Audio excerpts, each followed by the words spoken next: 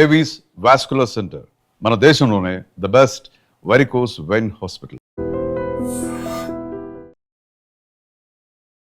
Welcome to I dream. ఈరోజు మనతో పాటు a dynamic and inspiring gynaecologist doctor శిల్పి రెడ్డి గారు ఉన్నారు. జనరల్గా టీనేజ్ నుంచి చాలామంది ఆడవాళ్ళకి చాలా డౌట్స్ ఉంటూ ఉంటాయి. ఆ డౌట్స్ అన్నిటిని క్లారిఫై చేయాలంటే ఖచ్చితంగా డాక్టర్ శిల్పి రెడ్డి గారి నుంచే సమాధానాలు రావాలి. డాక్టర్ శిల్పి రెడ్డి గారి నుంచే మనం తెలుసుకోవాలి. Hello ma'am, welcome to our show. Hello, ఎలా ఉన్నారు ma'am? All good. Okay ma'am, ఏంటి చిన్నప్పటి నుంచి అంటే నేను సాఫ్ట్వేర్ అవ్వాలి, నేను డాక్టర్ అవ్వాలి అని మీరు చిన్నప్పటి నుంచి అలా డాక్టర్ అవ్వాలి అనుకున్నారా? లేదు, నేను ఎప్పుడు అలా అనుకోలేదు. మీ మా స్కూలింగ్ అసలు ఎక్కడ? లేదు, మా నాన్నగారు నన్ను డాక్టర్గా చూడాలనుకున్నారు, మా మదర్ నన్ను డాక్టర్గా చూడాలనుకుంది కాబట్టి అయ్యా. Okay, special. అప్పుడు మనని ఎక్కువ అడిగేవాళ్ళు కాదు కదా, చాయిసెస్ ఏదన్నా ఉంటే లోకం వాళ్ళే చూశారు కాబట్టి వాళ్ళే డిసైడ్ చేసేవాడు. ఓకే, సో మీ పేరెంట్స్ డ్రీమ్ అనమాట మీరు డాక్టర్ అవ్వాలి అని చెప్పి. సో గైనకాలజీనే ఎందుకు ఎంచుకున్నారు? బికాస్ నాకు చాలా సర్జికల్ స్కిల్స్ ఉన్నాయి. ఓకే. సో నేను పల్లెటూర్లలో వర్క్ చేసినప్పుడు ఎక్కువగా సర్జికల్ స్కిల్స్ డెవలప్ అయ్యాయి నాకు, ఎందుకంటే అలా పేషెంట్స్ వచ్చారు కాబట్టి. సో యాజ్ అ సర్జన్ నేను బాగా ఎక్కువగా ట్రైన్ అయ్యాను. సో సర్జికల్ స్కిల్స్ ఉన్నప్పుడు మనం లార్జర్ పాపులేషన్కి కేటర్ చేయాలి అని అంటే అది ఆబ్స్టిక్స్ అండ్ గైనక్ తీసుకుంటే బాగుంటుందని చెప్పి తీసుకున్నాను. సో ఇప్పుడు మిమ్మల్ని చూస్తూ మీ పేరెంట్స్ ఫీలింగ్ ఏంటి? వాళ్ళు ప్రౌడ్ ఫీల్ అవుతారు. ఓకే. సో ఇదంతా మీరు ఊహించుకున్నారా, నేను ఇలా ఉంటాను, ఈ స్టేజ్లో ఉంటాను అని చెప్పి? మీరు అంటే మీ పేరెంట్స్ డ్రీమ్ అన్నారు. సో మీ పేరెంట్స్ డ్రీమ్ అంటే ఆబ్వియస్లీ మీ డ్రీమ్ అయిపోయి ఉంటుంది అప్పుడు. నేను చిన్నగా ఉన్నప్పటి నుంచి ఫస్ట్ బెంచ్లో కూర్చోవడం అలవాటు. ఓకే, ఫస్ట్ బెంచ్ స్టూడెంట్ అయితే మీరు. సో తెలివైన స్టూడెంట్ కాదు, ఫస్ట్ బెంచ్ స్టూడెంట్. ఎందుకంటే నాకు మళ్ళీ మళ్ళీ చదువుకోవాలంటే బద్ధకం. ఓకే, అందుకే నేను ఏదైనా ఫస్ట్ బెంచ్లో కూర్చుని వాళ్ళు చెప్పింది వినేస్తాను, వాళ్ళు Okay. విన్నది ఖచ్చితంగా గుర్తుపెట్టుకుంటాను. స్మార్ట్ థింకింగ్ అయితే. సో హార్డ్ వర్క్ అంటే నేను స్మార్ట్ వర్క్ని బిలీవ్ చేస్తాను.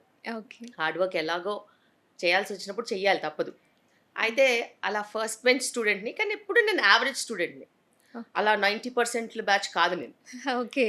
సో కాబట్టి నాకు ఎప్పుడైనా ఫస్ట్ బెంచ్లో ఉన్నప్పుడు నేను నంబర్ 1 అయితేనే బాగుంటుంది అని అదొక ఒపీనియన్. సో ఎందులో ఏది కష్టపడి ఏది చేసినా కూడా మనము టాప్ లెవెల్కి వెళ్తేనే అది మన కష్టానికి ఫలితం, అండ్ అది కూడా మనకి కలిసి వస్తుంది. ఓకే. సో ఇన్ని ఇయర్స్ మీ ఎక్స్పీరియన్స్లో మీరు అంటే మీ పేరెంట్స్ ప్రౌడ్గా ఫీల్ అవుతున్నారు, మీ గురించి మీరు ప్రౌడ్గా ఫీల్ అయిన ఇన్సిడెంట్ ఉందా? ఓ బోలెడ్ ఇన్సిడెంట్లు ఉంటాయి, ఎందుకంటే ప్రతిరోజు మేము ఏదో ఒక కొత్తగా మనం చేస్తూనే ఉంటాం, కష్టపడుతూనే ఉంటాం. అయితే అది మన ధైర్యాన్ని బట్టి కూడా ఉంటుంది, ఇంకొకటి మనం ఉన్న ప్లేస్ని బట్టి కూడా ఉంటుంది. ఇప్పుడు నీకు ఎంత ధైర్యం ఉన్నా కూడా నువ్వు ఒక చిన్న సెంటర్లో ఉన్నావు అనుకో, నీ ధైర్యం వేస్ట్ అయిపోతుంది కదా. అదే నీకు ధైర్యం ఉండి నువ్వు ఒక సూపర్ స్పెషాలిటీ సెంటర్లో ఉంటే నీకు ఇంకా వేరే ఉండదు. సో నీకు బ్లడ్ కావాల్సి వచ్చిన అవైలబుల్ ఉంటుంది, నీకు హై రిస్క్ సెటప్ కావాల్సి వచ్చిన అవైలబుల్ ఉంటుంది, అన్నీ కూడా ఉంటాయి. ఓకే. సో అలానే నేను ఒక కేస్ జస్ట్ నిన్న మేము చేశాము. తను నా దగ్గరికి 2 weeks ముందు వచ్చింది, నాకు నార్మల్ డెలివరీ చేస్తారా అని. నేను చేస్తానమ్మా, అదేంటి అలా అడిగావంటే నా ప్లాసెంటా కిందికి ఉంది అని చెప్పింది. ఏ టైప్ అని చెప్పాను, టైప్ 3 ప్లాసెంటా అని చెప్పింది. టైప్ 3 అంటే జస్ట్ మొత్తం కిందికి కాకుండా ఇట్లా సైడ్కి ఇట్లా ఉంటుంది అనమాట, వెనక వైపు కింది వరకు ఉంది. అది యూజువల్గా హెడ్ కిందికి రానివ్వదు. సరే నేను ఇంతకు ముందు 2 కేసులు చేస్తాను, నేను చేస్తాలే అని చెప్పాను. దాని తర్వాత తనకి మళ్ళీ ఇంకొక బాంబు చెప్పింది, నాకు ఒక ఫైబ్రాయిడ్ కూడా ఉందని. ఎక్కడుందమ్మా ఫైబ్రాయిడ్ అంటే, మీరు చూడండి రిపోర్ట్స్లో అంటే, రిపోర్ట్లో ఫైబ్రాయిడ్ యూట్రస్ ఇలా ఉంటే కింద భాగంలో ఉంది, ప్లసంటా ఎక్కడుంది దాని వెనక ఫైబ్రాయిడ్ ఉంది. సో అది అలా కింద భాగంలో ఉండడంతో హెడ్ కిందికి రానివ్వదు. నేను చెప్పాను, సరే నువ్వు అడుగుతున్నావు కదా, నువ్వు నన్ను నార్మల్ డెలివరీ చేయమని అడిగావు కాబట్టి నీకు దాని ఇంప్లికేషన్స్ తెలుసు. బ్లీడింగ్ అయ్యే అవకాశం ఉంటుంది, కొంచెం ఎక్కువ టైం పట్టే అవకాశం ఉంటుంది, ఒకవేళ బ్లీడింగ్ అయితే మనం సర్జరీ చేయాల్సిన అవకాశం ఉంటుంది, ఇవన్నీ నీకు తెలుసు కదంటే. నాకు అవన్నీ తెలుసు, నాకు నార్మల్ చేస్తారా అని అడిగింది. సరే అని చెప్పేసి నేను 2 days బ్యాక్ ఇంటర్నల్ ఎగ్జామినేషన్ చేసి హెడ్ కొంచెం ఫిక్స్ చేసి నేను అబ్జర్వేషన్ హాస్పిటల్లో పెట్టా. 1 day అంతా అబ్జర్వ్ చేశాం, బ్లీడింగ్ లేదు. మళ్ళీ నెక్స్ట్ డే మేము మళ్ళీ ఒకసారి స్టిప్పింగ్ చేసి మా దగ్గర మెడికేషన్స్ ఉంటాయన్నమాట, అది పెట్టాం. పెట్టి మెల్లిగా ప్రోగ్రెస్ చేసాం. ఆ హెడ్ని అలా 24 to 48 hours మెల్లిగా కిందికి తీసుకొని వచ్చి నిన్న మధ్యాహ్నం డెలివరీ చేసాం. నార్మల్ డెలివరీ చేసాము. అదృష్టానికి, ఎందుకంటే తన సంకల్పం అది. She manifested. మేనిఫెస్టేషన్స్ని అందుకే నేను తక్కువ అంచనా వేయొద్దని సో చెప్తాను. తను చాలా స్ట్రాంగ్‌గా బిలీవ్ షీ చేస్తుంది. మేనిఫెస్టెడ్ బ్లడ్ లాస్ లేకుండా డెలివరీ అయింది. ఆ తర్వాత తల్లి బాగుంది, బిడ్డ బాగుంది, అంతా బాగుంది. అండ్ వీటన్నిటికి తోడు ఫైబ్రాయిడ్ అక్కడే ఉంది. Placenta Okay. కింద ఉన్న బ్లీడింగ్ ఏం అవ్వలేదు. బికాస్ ఆ ప్రక్రియలో తీసుకెళ్ళాం. తనకి అవసరం ఉంటే మనము సర్జరీ చేయాల్సి వస్తుందని చెప్పి ఓటీ పక్కనున్న లేబర్ రూమ్లోనే పెట్టాము. 2-3 ప్యాకెట్స్ ఆఫ్ బ్లడ్ రిజర్వ్ పెట్టుకున్నాము. అటెండర్స్ కౌన్సిలింగ్ అయిపోయింది, అంతా అయిపోయింది. కానీ ఇంత రెడీ చేసుకుంటే ఆమెకి ఏ కాంప్లికేషన్ రాలేదు. ఎందుకంటే ఇది ఒక పెద్ద సెటప్. ఓకే. మా హాస్పిటల్ ఒక సముద్రం, కావాల్సినంత హెల్ప్ ఉంటుంది. యెస్. అండ్ అటాచ్డ్ అన్ని ఫెసిలిటీస్ ఉంటాయి. అదొక అడ్వాంటేజ్. ఇప్పుడు Advantage. టౌన్స్ లోనో ఇలా అంటే ఏంటంటే Exactly. అప్పటికప్పుడు ఎమర్జెన్సీ ఏమైనా కావాలి అంటే ఏం అవైలబుల్ గా చేయలేము. ఉండదు. So, అవైలబుల్ ఉండదు. ధైర్యం అనేది ఒక ఎత్తు అయితే మీకు Okay. ఫెసిలిటీ కూడా అలాగే ఉండాలి. ఆ కాంప్లిమెంటెడ్ ఫెసిలిటీలో నేను ఉన్నా కాబట్టి నిన్న తనకి నేను నార్మల్ డెలివరీ చేయగలిగా. అండ్ ఇద్దరు బాగున్నారు. అండ్ ఈరోజు వెళ్తే she was so happy. And ఆ ఫేస్లో ఉన్న చామ్ ఇంకెవరికి ఉండదు. Because what she wanted she achieved. Okay. చాలా మంది మనం ఆడవాళ్ళని చూస్తూ ఉంటాం కదా, ఊరికే భయపడతారు. అంటే లేని దానికి కూడా భయపడతారు. అవునవును. నార్మల్ డెలివరీ అంటే ఈమె చాలా కూడా సేమ్ సగటున ఒక normal middle class women. But ఒక్కసారి ఆలోచించండి, ఆమె ఐడియా ఏంటి, ఆమె Yeah. క్లారిటీ ఏంటి. ఆ క్లారిటీ కోసము ఆమె నా దగ్గరకు వచ్చింది. బికాస్ నేను చేస్తానని తెలిసి వచ్చింది. నాకున్నది ధైర్యం చేయించుకోవడానికి, నీకెందుకు లేదు అని అడిగిన పర్సనాలిటీ. ఓకే. సో ఇంత స్ట్రాంగ్ ఉమెన్ పర్సనాలిటీస్ ఉన్నప్పుడు భయపడే వాళ్ళు ఎందుకు భయపడతారో కూడా అర్థం కాదు. ఓకే. సో ఇది డేర్, కాన్ఫిడెన్స్ అన్నీ అనుకోవాలి మనం. ఎగ్జాక్ట్లీ. ఎందుకంటే ఒక బిడ్డ కనే విషయంలో ఆ మదర్ ఆ టైంలో ఏంటంటే సెన్సిటివ్ గా ఉంటారు. And- బట్ మీరు చెప్పిన అవును, ఇప్పుడు పేషెంట్ వాళ్ళు 2 days వితౌట్ Yes. డెలివరీ అనేది హాస్పిటల్లో ఉన్నారు. అదే టైంలో జస్ట్ ఈవినింగ్ అడ్మిట్ చేసి మార్నింగ్ నార్మల్ డెలివరీ అయ్యే వాళ్ళు రాత్రి సెక్షన్ చేయమని 6 గంటలు మమ్మల్ని టార్చర్ చేశారు. ఎందుకంటే వాళ్ళకి పెయిన్ వస్తే భయం. సెక్షన్ చేయాలి, Yeah. పెయిన్ వస్తే సెక్షన్ చేయాలి. కానీ సెక్షన్ చేసిన తర్వాత కూడా పెయిన్ ఉంటుంది కదా, అప్పుడు ఎక్కడికి వెళ్ళాలి? సెక్షన్ చేసిన తర్వాత ఇది చేసేటప్పుడు భయపడతారు, అది చేసేసిన తర్వాత సేమ్ పెయిన్ So, యాక్చువల్లీ. నేను ఒప్పుకోలేదు, వాళ్ళకి నేను ఒప్పుకోలేదు. వీళ్ళని చూసి వాళ్ళు నేర్చుకుంటానంటే వీళ్ళు కూడా ఏం నేర్చుకోలేదు. ఓకే. కానీ నార్మల్ డెలివరీ అయ్యే వాళ్ళకి నార్మల్ అవుతుంది. అలా అని మనం నార్మలే చేయాలని ఎక్కడా రూల్ లేదు. ఓకే. మనం ప్రోగ్రెస్ అవ్వలేదు, బేబీ హార్ట్ బీట్ మంచిగా లేదు, లేకపోతే మదర్కి ప్రోగ్రెస్ అవ్వట్లేదు, సెక్షన్ చేయాలి. సో ఏది మనం పర్టికులర్గా పట్టుకుని ఉండొద్దు. ఓకే. అన్ని రకాల పరిస్థితుల్లో మేము చూస్తూ ఉంటాం. అలాగే ఇంకా చాలా కేసెస్ ఉంటాయి. సో ఎవ్రీ టైం మీరు ఇలా ఛాలెంజెస్ ఫేస్ చేసినప్పుడు ప్రౌడ్ గా ఎవ్రీ ఫీల్ అవుతారు. డే ఛాలెంజ్ ఉంటుంది మాకు. ఓకే. రాత్రంతా సెక్షన్ల కోసం అడుగుతూ ఉంటారు, పొద్దునంతా మేము నార్మల్ డెలివరీ డెలివరీస్ చేస్తారు. Okay. So ma'am, normal delivery గురించి చెప్పారు, ఇప్పుడు సెక్షన్ గురించి చెప్పారు. అసలు ఈ రెండింటికి ఏంటి మ్యామ్ డిఫరెన్స్? అంటే సెక్షన్ చేసుకున్న వాళ్ళకి ఏమైనా అంటే ఫర్దర్గా మనం వింటూ ఉంటాం మిత్స్, అంటే బ్యాక్ పెయిన్ వస్తుంది లేదా మోకాళ్ళ నొప్పులు వస్తూ ఉంటాయి, ఇవన్నీ మనం వింటూ ఉంటాం. నిజంగా ఇది సెక్షన్ వల్ల ఇలాంటి ప్రాబ్లమ్స్ అన్నీ వస్తాయా? అలా అని కాదు. సిజేరియన్ అనేది ఉమెన్కి అదొక వరం. ఎందుకంటే నార్మల్ డెలివరీ అవ్వలేని పరిస్థితులు ఎన్నో ఉంటాయి.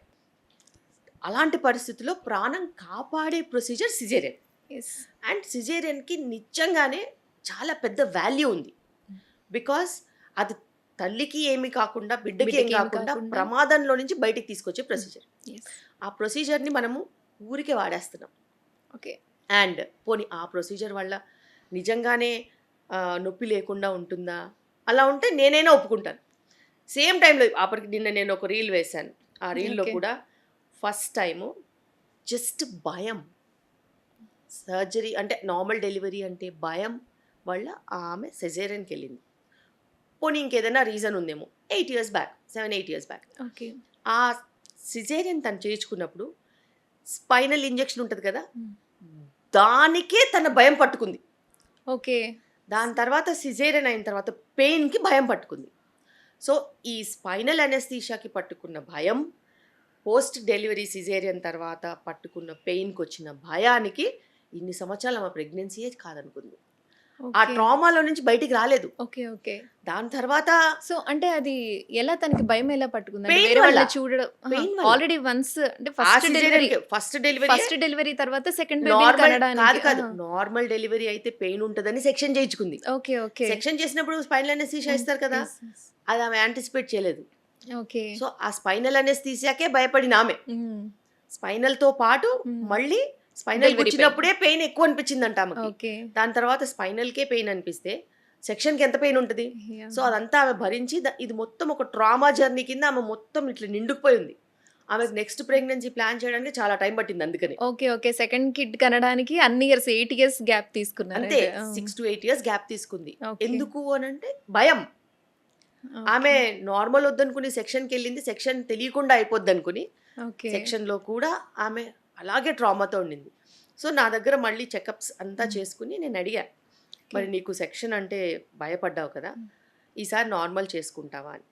అమ్మో! నార్మల్ అంటే నాకు భయం మేడం అని. మరి సెక్షన్ అంటే కూడా నువ్వు భయపడ్డావు కదా! ఫస్ట్ సెక్షన్ అయిన తర్వాత సెకండ్‌ది నార్మల్ డెలివరీ నేను అయ్యే ఛాన్సెస్ చేస్తాను. ఉంటాయా?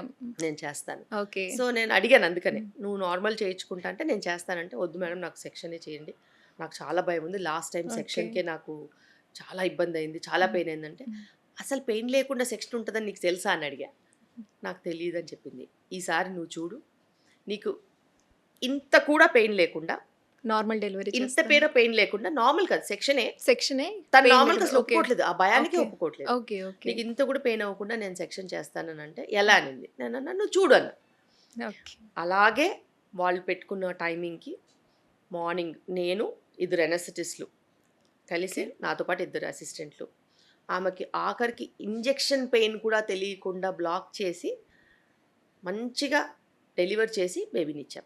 వావ్! సూపర్. బికాస్ ఇవి నేను ఎందుకు మళ్ళీ చెప్తున్నానంటే, ఇది ఇండివిజువల్ ప్రాబ్లం కాదు. ఓకే. తను వేరే ఎవరికైనా తన జర్నీ షేర్ చేసినా షేర్ కానీ చేసుకోవాలన్నా ఆ జర్నీలో పెయిన్ ఉంటదంటే ఇంకొకళ్ళ పిల్లల్ని కూడా కనట్లేదు. Yes. ఇప్పుడు ఆ పరిస్థితికి వచ్చాం. Yes. బికాస్ అది నీ ట్రామా అని నువ్వు అనుకుంటున్నావు. కానీ నీ ట్రామా ఉందని నువ్వు నలుగురితో కూర్చుని ఉన్నప్పుడు షేర్ చేసుకుంటే అవతల వాళ్ళు కూడా కాన్ఫిడెన్స్ లాస్ అవుతారు. లాస్ అవుతారు. వాళ్ళకి అది ఫియర్ ఫ్యాక్టర్ పెళ్లి కూడా చేసుకోకుండా అయ్యేంత ఫియర్ ఫ్యాక్టర్కి వెళ్ళిపోయింది ఇప్పుడు. అవును. పిల్లల్ని కూడా కనకుండా కనాల్సి వస్తుంది ఉండంత అని. ఫియర్ ఫ్యాక్టర్ అయిపోయింది. Yes. నాకు డెలివరీ వద్దు ఏమొద్దు, ఆ పెయిన్ వద్దు ఏమొద్దు అనేసి అనుకునే ఫియర్ ఫ్యాక్టర్ వరకు కూడా వెళ్ళిపోయింది. ఓకే. సో నేను నీ ట్రామా మార్చలేకపోతే, నేను నీ జర్నీ అబౌట్ డెలివరీని మార్చలేకపోతే, సో ఛాలెంజింగ్ గా తీసుకున్నారు మీరు. ఎగ్జాక్ట్లీ నువ్వు ఇదే ట్రామా వేరే వాళ్ళకి చెప్తావు. వాళ్ళు కనకపోతే పిల్లలు. సో నీ జర్నీని మారుస్తాను. నేను మళ్ళీ ఈరోజు వెళ్ళా, పెయిన్ Okay. ఉందా అని అడిగా. లేదు మేడం బాగానే ఉంది, కాలు చేతులు కదులుతున్నాను, కొంచెం పక్క తిరిగేటప్పుడు అలా కొంచెం ఇబ్బంది అనిపిస్తుంది, ఇక అది కూడా ఉండొద్దు, అది కూడా ఉండకుండా మేము చూసుకుంటామని చెప్పి ఎపిడ్యూరల్ ఇచ్చి టాప్అప్ ఇచ్చి మొబిలైజ్ చేసి పెట్టాం.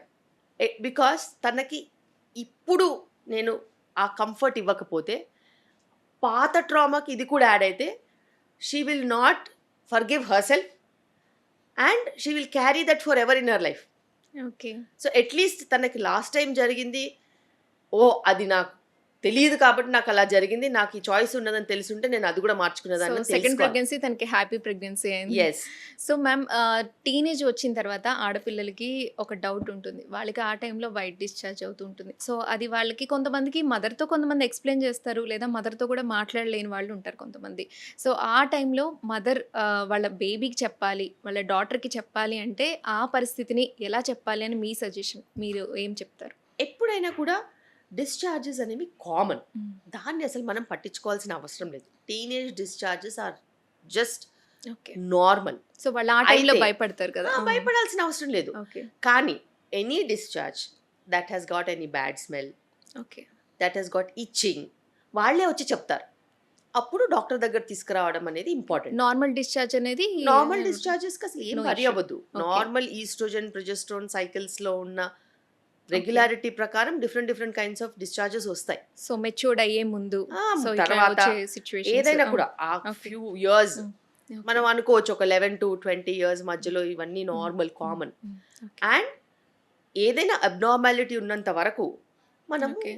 దాన్ని పట్టించుకోవాల్సిన అవసరం. సో టీనేజ్‌లో అబ్బాయిల విషయానికొస్తే ఏంటంటే, ఒకప్పుడు అవేర్‌నెస్ లేక లేదంటే జనరల్‌గా టీవీలో యాడ్స్ చూస్తూ ఉంటారు. శానిటరీ ప్యాడ్స్ చూస్తూ ఉంటారు. వాళ్ళ మదర్‌నే అడుగుతారు యాక్చువల్లీ. ఫస్ట్ బాయ్స్ ఉన్నారంటే వాళ్ళ మదర్‌నే అడుగుతారు. అప్పుడు మదర్ వాళ్ళకి ఏం చెప్పాలి అని అంటారు? డెఫినెట్లీ మనము రీప్రొడక్షన్ అనేది వాళ్ళకి ఎక్స్‌ప్లెయిన్ చెయ్యాలి. ఆ టైంలో చేయాలంటారు టీనేజ్ టైంలో. ఎప్పుడు ఓకే. ఎప్పుడు క్వెషన్ రేస్ చేసినా కూడా ఓకే. అప్పుడు ఆ ఏజ్‌కి తగ్గట్టుగా మనం చెప్పాలి. ఓకే. రీప్రొడక్టివ్ ఆర్గన్స్ అనేవి హ్యూమన్ బాడీలో ఉన్న ఆర్గన్స్. దాని ఓకే. గురించి మనం వివరాలు చెప్పాలి. చెప్పి మన బాడీ ఎట్లా ప్రెగ్నెన్సీ కోసము దాన్ని ప్రతి నెల ప్రిపేర్ చేస్తదో, ఆ ప్రాసెస్‌లో వచ్చే పీరియడ్స్ గురించి వాళ్ళకి వివరణ ఇవ్వాల్సిన అవసరం అయితే ఉంది. ఓకే. బికాజ్ అది తరతరాలుగా మనకి ఉన్న సబ్జెక్టే. ఎంత వీలైతే అంత. సో అట్లా చాలా అంటే మంది ఇంతకు మదర్స్ ముందు ఏంటంటే నవ్వుకొని వదిలేస్తారు. లేకపోతే దాని గురించి చెప్పరు. వాళ్ళ డౌట్ గానే మిగిలిపోతుంది. సో ఆ అంత టైంలో బ్యాడ్ అనేది కమ్యూనికేషన్‌లో ఇప్పుడు పేరెంట్స్ లేరుగా. హ్మ్. ఇప్పుడు పేరెంట్స్‌తో కమ్యూనికేషన్ చాలా పెరిగింది. ఓకే. ఇంతకుముందు ఫాదర్ అంటే అక్కడెక్కడో ఉంటేనే ఇంత భయపడేవాళ్ళు. బట్ ఇప్పుడు కొన్ని ఇన్సిడెంట్స్ అంటే ఇప్పుడు కూడా అలా మంచి జరుగుతుంది, చెడు జరుగుతుంది కదా మ్యామ్. అందుకనే అడుగుతున్నాను. సో, కంపల్సరీ మనము వాళ్ళకి అవగాహన అనేది ఇవ్వాలి. హ్మ్. అయినా ఇప్పట్లో పిల్లలు దానికంటే సూపర్ ఫాస్ట్‌లో ఉన్నారు. Yes ma'am. అంతే. సో పీసీఓడి అనేది ఇప్పుడు మనం ఒకప్పుడు చూసుకుంటే ఎక్కడో రేర్‌గా అసలు ఈ నేమ్స్ కూడా అందరికీ పీసీఓడి, పీసీఓఎస్ అని రేర్‌గా వింటూ ఉండేవాళ్ళనుకుంటా. ఇప్పుడు కాలం మాత్రం పీసీఓడి అనేది చాలా మందికి కామన్ అయిపోతుంది. ఈ పీసీఓడి అనేది నిజంగా అంత డేంజరస్సా? అంటే వాళ్ళకి ప్రెగ్నెన్సీ రాకుండా ఉండడానికో, లేదంటే వాళ్ళకి వేరే ఇష్యూస్ రావడానికో ఇది ఎంతవరకు దారితీస్తుంది? పీసీఓడీని ఇప్పుడు పీఎంఓఎస్ చేశారు. Poly endocrine metabolic ovarian syndrome. అది మనం అనుకున్నట్టు ఓన్లీ ఓవరీకి సంబంధించిన ప్రాబ్లం కాదు. ఓకే. ఫస్ట్ అండ్ ఫార్మోస్ట్ ఓవరీలో ఎగ్స్ ఉంటాయి, కానీ ఫామ్ అవ్వవు, సైజ్ రాదు, రిలీజ్ అవ్వదు. సో ఫామ్ అయ్యే దాంట్లో కూడా 2, 3 అన్నీ వచ్చేస్తాయి, కానీ ఏది పెద్దగా అవ్వదు. So okay. ఈస్ట్రోజన్ అనేది ఉంటుంది, ఎగ్ రిలీజ్ అవ్వదు కాబట్టి ప్రొజెస్ట్రాన్ అనేది ఉండదు. So okay. Fertility levels drop ఉంటుంది, పీరియడ్స్ ఇర్రెగ్యులర్ ఉంటాయి, ఓకే. క్వాలిటీ బ్యాడ్ ఉంటుంది. ఇవి ఓవరీకి సంబంధించి. ఓకే. ఇవి కాకుండా ఓవరీ లోపట టిష్యూ నుంచి ఆండ్రోజన్స్ ప్రొడ్యూస్ చేస్తుంది. ఆండ్రోజన్స్ వల్ల అవాంఛిత రోమాలు, దాని తర్వాత మనకి ఈ యాక్నే ఏదైతే పెద్ద పెద్ద మోటాలు వస్తాయో అవి కూడా వచ్చే అవకాశం ఉంటుంది. ఓకే. ఇవన్నిటికీ కాకుండా పాలీ ఎండోక్రైన్ అని ఎందుకు అన్నారంటే ఈస్ట్రోజన్, ప్రొజెస్ట్రాన్, ఆండ్రోజన్సే కాకుండా అది ఇన్సులిన్ రెసిస్టెన్స్ కూడా ఉంటుంది. ఇన్సులిన్ ఏదైతే మన బ్లడ్లో వెళ్ళే షుగర్ని సెల్స్కి ఇచ్చి బర్న్ చేస్తుందో ఆ ఇన్సులిన్ పని చేయకుండా చేస్తుంది. ఓకే. దాన్నే ఇన్సులిన్ రెసిస్టెన్స్ అంటారు. ఓకే. ఇప్పుడు ఈ ఇన్సులిన్ రెసిస్టెన్స్ ఉండడం మూలాన బ్లడ్లో ఉన్న షుగర్ బర్న్ అవ్వకుండా వాళ్ళకి శక్తి లేనట్టు, నీరసంగా ఉన్నట్టు అనిపిస్తుంది. ప్లస్ ఆ షుగర్ అనేది లివర్ ఫ్యాట్ కింద మార్చేస్తుంది. ఓకే. సో పొట్ట చుట్టూ ఫ్యాట్ డెపోజిషన్, ఎక్కడ పడితే అక్కడ ఫ్యాట్ డెపోజిషన్ అనేది అవుతుంది. సో వెయిట్ గెయిన్ అవుతుంది, ఇన్సులిన్ రెసిస్టెన్స్ ఉంటుంది. ఇన్సులిన్ రెసిస్టెన్స్ వల్ల బ్లాక్నెస్ నెక్ దగ్గర, యాక్సిలాలో పిగ్మెంటేషన్ ఇవన్నీ pigmentation, ఉంటుంది. okay. అకాంతోసిస్ అంటారు. Okay. Obesity, irregular periods, okay. దాని తర్వాత అవాంఛిత రోమాలు, ఇన్ఫెర్టిలిటీ ఎగ్ రిలీజ్ అవ్వదు కదా, okay. Infertility, low egg quality. So ఇవన్నీ మల్టిపుల్ సిస్టమ్స్ని ఇన్వాల్వ్ అవుతున్నాయి కాబట్టి పాలీ ఎండోక్రైన్ మెటబాలిక్గా అసోసియేటెడ్ విత్ ఇన్సులిన్, ఆండ్రోజన్స్ అన్నీ కాబట్టి metabolic ovarian syndrome. So poly endocrine metabolic ovarian syndrome దానికి కొత్తగా పేరు ఇచ్చారు.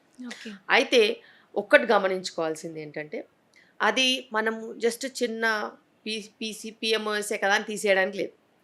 స్టార్టింగ్లో అంతా irregular periods, weight gain, okay. Acne, okay. ఎక్కువ అవాంఛిత రోమాలు, ఇవన్నీ ప్రాబ్లమ్స్తో వెళ్తూ Pigmentation, male pattern baldness, okay. ఇవన్నీ కాకుండా ముందుకు వెళ్తే ఫర్టిలిటీ ఇష్యూస్, సంతానలేమి సమస్యలు, ఎగ్ ఫార్మేషన్ ఇష్యూస్, వీటన్నిటిని మళ్ళీ ముందుకు తీసుకెళ్తూ ఉన్నప్పుడు మళ్ళీ ఇర్రెగ్యులర్ పీరియడ్సే కాకుండా ఎండోమెట్రియల్లో థిక్నెస్ ఎక్కువ ఉండడము, ఓవర్ బ్లీడింగ్ సమస్యలు ఉండడము, obesity related problems, sugar, BP, cholesterol issues, తర్వాత క్యాన్సర్స్. అది బ్రెస్ట్ క్యాన్సర్ ఉండొచ్చు, ఎండోమెట్రియల్ క్యాన్సర్ ఉండొచ్చు, ఏ క్యాన్సర్ అయినా సో ఉండొచ్చు. ఫర్దర్‌గా ఇన్ని ఇష్యూస్‌కి దారితీస్తుంది. ఎస్. సో పిఎంఓఎస్ని మనం చాలా సీరియస్ తీసుకోవాల్సిన అవసరం ఉంది. ఓకే. అండ్ పేరెంట్స్ ముద్దు ముచ్చట అనుకుంటూ పిల్లలకి బాగా ఫుడ్ పెడుతూ ఉంటారు. అంత అవసరం లేదు. పిల్లలకి ఎంత వర్క్ ఉంటుంది, ఎంత ఫిజికల్ యాక్టివిటీ ఉంటుందో చెక్ చేసుకుని దానికి సరిపడా ఫుడ్ పెడితే సరిపోతుంది. అసలు అండ్ ఫస్ట్‌గా జంక్ ఫుడ్ అది పెట్టొద్దు. ఏ టైంలో స్టార్ట్ అవుతది మ్యామ్? టీనేజ్ టైంలో వస్తుందా పీసీఓడి? యాక్చువల్లీ పిఎంఓఎస్ అనేది పీఎంఓఎస్. మదర్స్ వూంబ్‌లో నుంచి కూడా స్టార్ట్ అవుతుంది. ఓకే. ఎందుకంటే మదర్ ప్రెగ్నెంట్‌గా ఉన్నప్పుడు, ఫీమేల్ చైల్డ్ ఉన్నప్పుడు inside the mothers womb sugars గనక ఎక్కువగా ఎక్స్‌పోజ్ అయిపోతే ఆ బేబీ, అక్కడి నుంచి కూడా పిఎంఓఎస్ స్టార్ట్ అయ్యే ఛాన్సెస్ ఉంటాయి. So, okay. ఇప్పుడు ప్రెగ్నెంట్ ఉన్న వాళ్ళందరికీ ఫుడ్ రెస్ట్రిక్షన్ చెప్పాల్సిన అవసరం ఉంది. ఎందుకంటే వర్క్ తగ్గిపోయింది. చాలా మటుకు తగ్గిపోయింది. అండ్ అసిస్టెడ్ హెల్ప్ పెరిగిపోయింది. వెదర్ పేరెంట్స్ అయినా, ఇన్‌లాస్ అయినా, మెయిడ్స్ అయినా ప్రెగ్నెన్సీ అప్పుడు అండ్ కూడా వర్క్ అందరూ ఫ్రమ్ ఏమీ హోమ్ అయినా చేయనివ్వరు. ఇవన్నీ అసిస్టెడ్ హ్మ్. ఫెసిలిటీస్ ఎక్కువైపోయాయి. డిస్టెన్సెస్ కూడా ట్రావెలింగ్ లేదు, నడుచుకుంటూ వెళ్ళట్లేదు, అన్ని వెహికల్స్ ఉంటున్నాయి. సో, ఇట్లా చుట్టూ చూసుకున్నట్టయితే ఉమెన్ చుట్టూ ఒక టెక్నాలజీ అంతా అల్లుకుంది. నడిపిస్తుంది. ఎగ్జాక్ట్లీ. సో, సో ప్రెగ్నెన్సీ అప్పుడు ఇంకా రుబ్బడం, ఎక్కువ రెస్ట్ దంచడం, తీసుకుంటూ ఉంటారు. రుబ్బడం, దంచడం మిక్సీలు వచ్చేసాయి. బట్టలు ఉతకడం, ఆరేయడం వాషింగ్ మిషన్స్ వచ్చేసాయి. ఏసీలు, టీవీలు, రిమోట్స్. రిమోట్స్ వచ్చేసాయి. అయర్నింగ్‌కి కమర్షియల్ అయర్న్ వాళ్ళు వచ్చేసారు. అయర్న్ చేసి ఇచ్చేసేవాళ్ళు. అట్లా ప్రతి చోట యాక్టివిటీ తగ్గిపోయింది. కానీ ఒకే చోట యాక్టివిటీ బాగా పెరిగింది. Availability of food. Okay. And availability of ఫుడ్‌లో కూడా సరైన ఫుడ్ అవైలబుల్ కాదు. నీకు చాయిసెస్ ఉన్నప్పటికీను నీ నాలుకకి, నీ బ్రెయిన్‌కి నచ్చేది జంక్.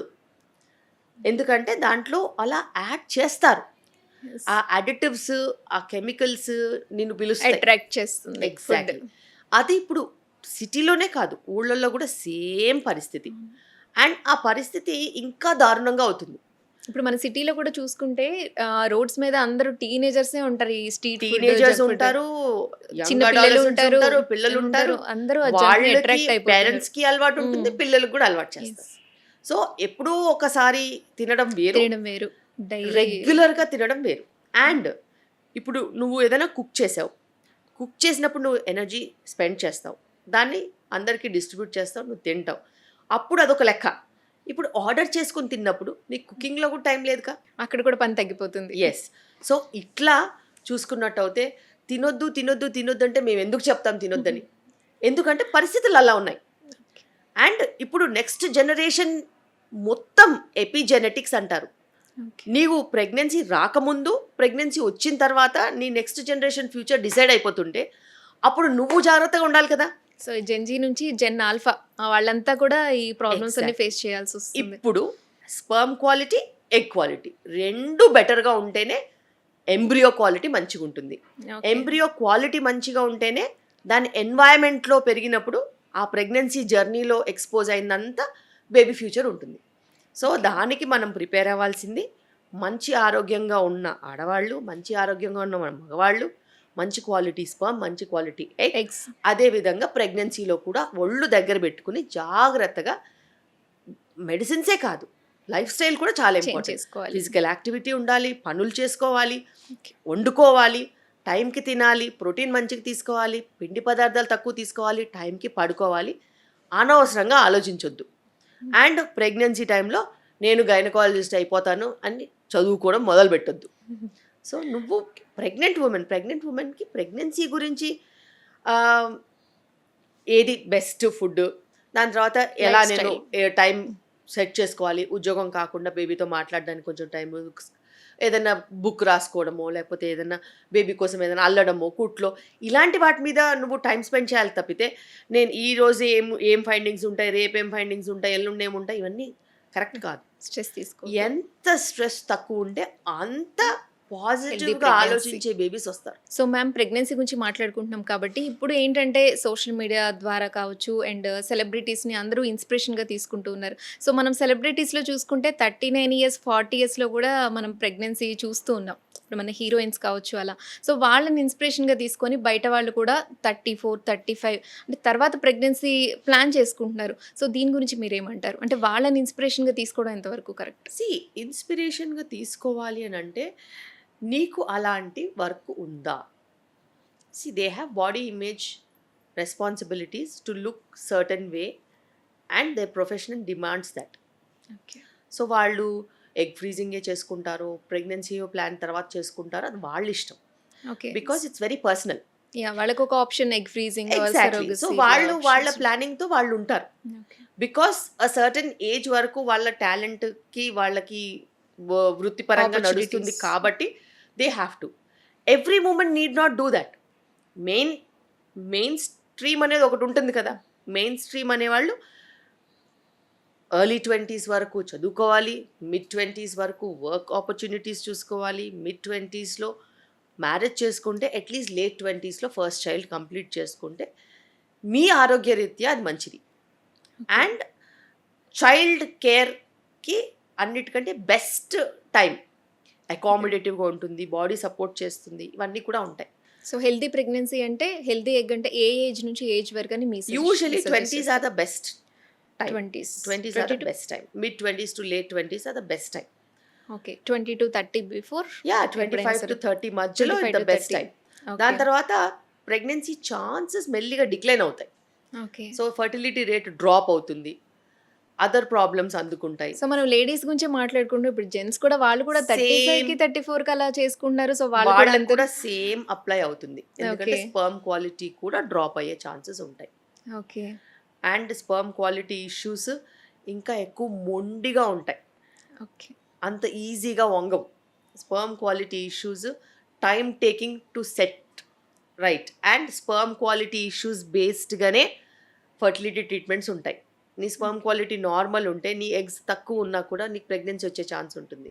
నీ స్పర్మ్ క్వాలిటీ బ్యాడ్ ఉంటేనే యూజువల్గా ఐయుఐసో ఐవీఎఫ్సో పుష్ చేస్తారు, okay. Because sperm quality issue ఉందనేసి. ఓకే. ఎన్ని టైమ్స్ వరకు ఈ ఐవీఎఫ్ లో ఇవి వరకు సేఫ్ అంటారు? It is not about number of times, it is about why is the reason that they chose. Reason మనకి కరెక్ట్గా కనుక్కుంటే అది మనకి ఫస్ట్ సైకిల్లోనే క్లియర్ అవ్వాలి.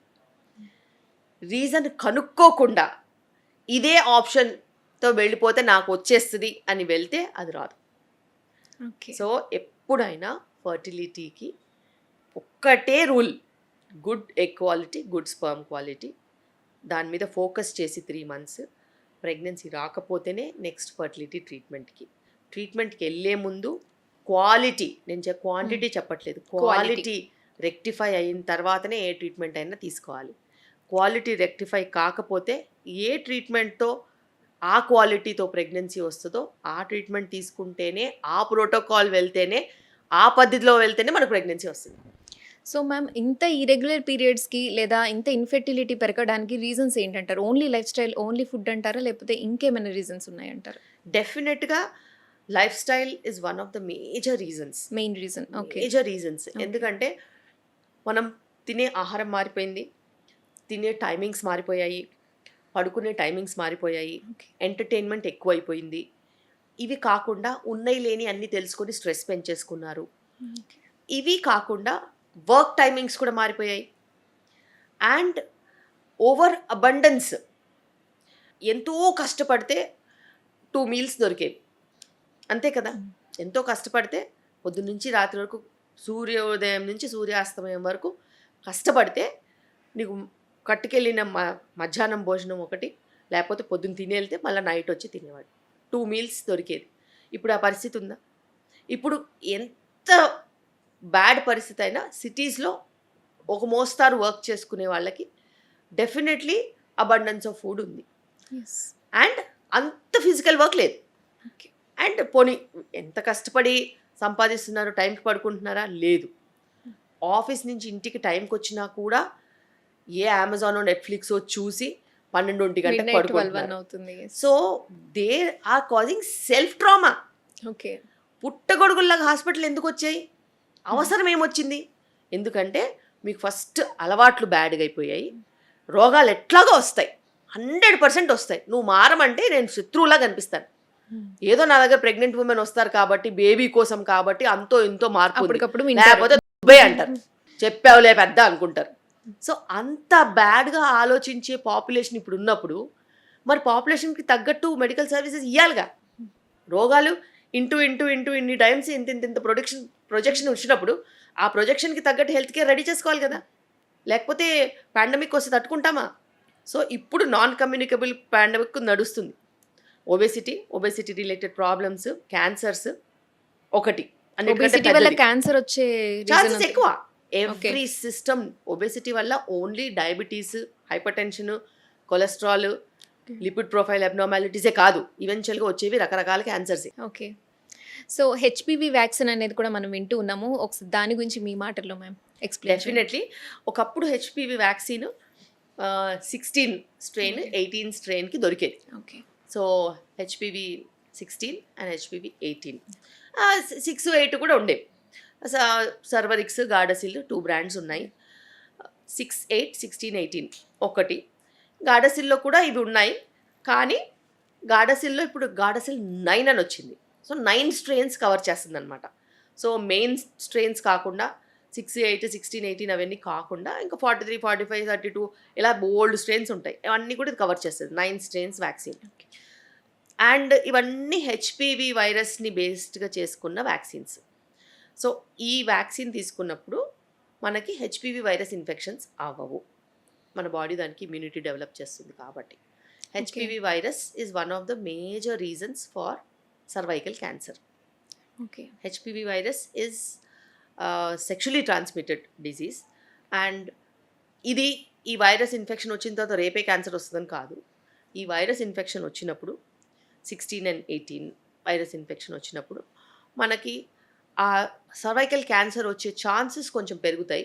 అండ్ మెల్లిగా ఆ సర్విక్స్ అనేది నార్మల్ నుంచి ఇన్ఫ్లమేషన్ నుంచి అలా CIN 1, 2, 3 ప్రీ క్యాన్సర్కి అలా వెళ్తుందన్నమాట. దానికి ఒక పెద్ద జర్నీ ఉంటుంది. ఓకే. రెగ్యులర్గా ప్యాప్స్మియర్ చేయించుకుంటే మనకి ఎటువంటి చేంజెస్ ఉన్నా కూడా మనకు తెలిసిపోతాయి. అండ్ దానికి అనుగుణంగా మనం మేనేజ్ చేసుకోవచ్చు. అయితే హెచ్పివి వైరస్ దీనికి కారణము సర్వైకల్ క్యాన్సర్ అని ధృవీకరించిన తర్వాత హెచ్పివి వ్యాక్సిన్ వచ్చిన తర్వాత పిల్లలైతే 9 to 16 years పిల్లలైతే బాయ్స్, గర్ల్స్ కూడా వేయొచ్చు ఇప్పుడు. ఎందుకంటే హెచ్పివి 9 స్ట్రెయిన్స్ని కవర్ చేస్తుంది కాబట్టి. అది సర్వైకల్ క్యాన్సరే కాకుండా ఓరోఫారింజల్ క్యాన్సర్స్, యానల్ క్యాన్సర్స్ కూడా కవర్ చేస్తుంది. వాట్స్, చిన్న చిన్న వాట్స్ వస్తే పులిపిరిలాగా అవి కూడా కవర్ చేస్తుంది. ఓకే. సో ఈ గార్డసిల్ 9 వ్యాక్సిన్ ఏదైతే ఉందో 2 doses ఇస్తాం పిల్లలకి. సో ఫస్ట్ డోసు ఇచ్చిన తర్వాత 4 to 6 months సెకండ్ డోస్ ఇచ్చేస్తాం. అదే అబవ్ 16 years వాళ్ళందరికీ 3 doses పడతాయి. ఫస్ట్ డోస్ తర్వాత 2 monthsకి, ఆ తర్వాత ఫస్ట్ డోస్ నుంచి 6 monthsకి. సో 0, 2 and 6 అదే డోస్. అండ్ ఈ వ్యాక్సిన్ ఎఫికసీ బాగుంది. And cervical cancer is the only cancer which has got vaccination. And దాంతోపాటు ఇంకా మీకు వేరే ఓరోఫారింజల్ క్యాన్సర్స్, యానల్ క్యాన్సర్స్ కూడా రాకుండా వెజనల్ వాట్స్ కూడా అదొక ట్రీట్మెంట్ అనమాట. సో మ్యామ్ పీరియడ్స్ రెగ్యులర్గా వస్తే హెల్దీగా ఉన్నాము అని అనుకోవచ్చా కాన్ఫిడెంట్గా? పీరియడ్ రెగ్యులర్గా వస్తే మీరు ఫర్టైల్గా ఉండే ఛాన్సెస్ ఎక్కువగా ఉంటాయి.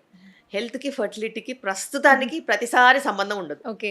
సో మ్యామ్ మీరు ఇలా రోజు ఇప్పుడు చెప్పే రోజు ఎవ్రీడే మేము ఛాలెంజింగ్గా తీసుకుంటాము అండ్ ఎవ్రీడే ఇవన్నీ ఆలోచిస్తారు పేషెంట్స్ గురించి, వాళ్ళకి కాన్ఫిడెన్స్ ఇస్తారు అండ్ వాళ్ళ స్టోరీస్ అన్నీ మీరు వింటూ ఉంటారు. సో ఎలా బ్యాలెన్స్ చేస్తున్నారు మీ పర్సనల్ లైఫ్, వర్క్ ఇదంతా?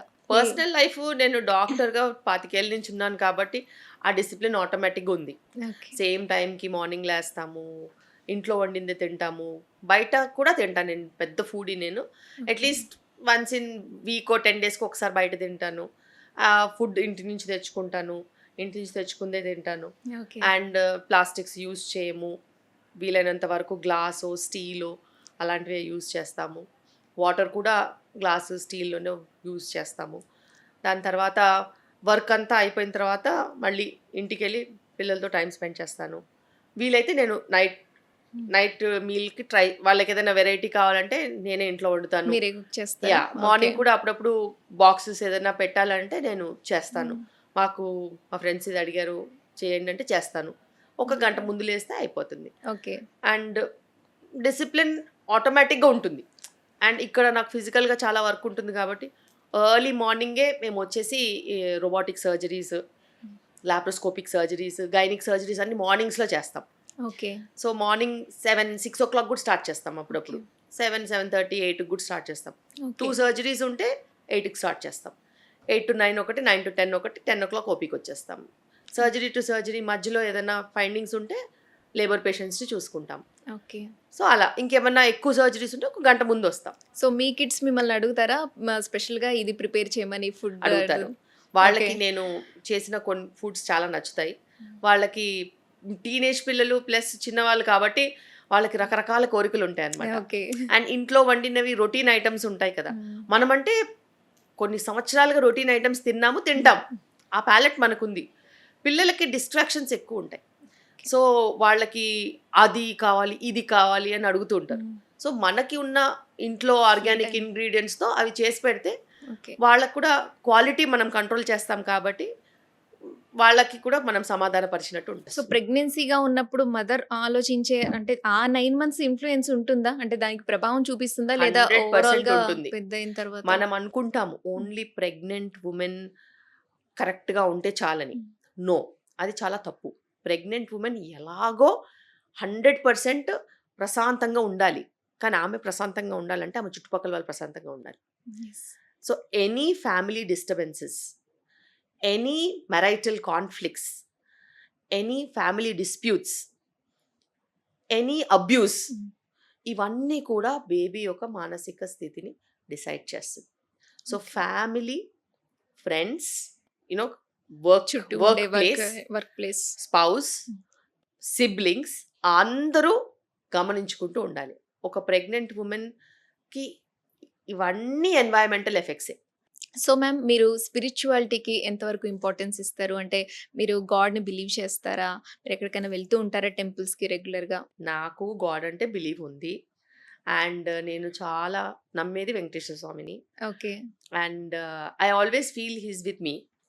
ఓకే. అండ్ ఎప్పుడైనా నేను చాలా అబ్జర్వ్ చేస్తాను.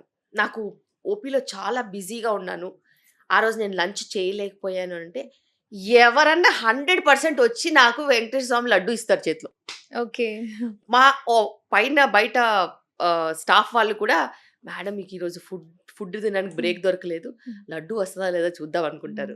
ఖచ్చితంగా ఏదో ఒక పేషెంట్ తిరుపతి వెళ్ళారని చెప్పేసి వెంకటేశ్వర స్వామి లడ్డు తీసుకొని చేతిలో పెడతారు. ఓకే. మీరు ఎప్పుడైనా సర్జరీ చేసేటప్పుడు మీకు కొంచెం అనిపించి దేవుణ్ణి తలుచుకున్న మూమెంట్స్ మీ ఫేవరెట్? మేము చేసేది హై రిస్క్ వర్క్ కాబట్టి దేవుడిని తలుచుకోకుండా ఎప్పుడూ ఉండం.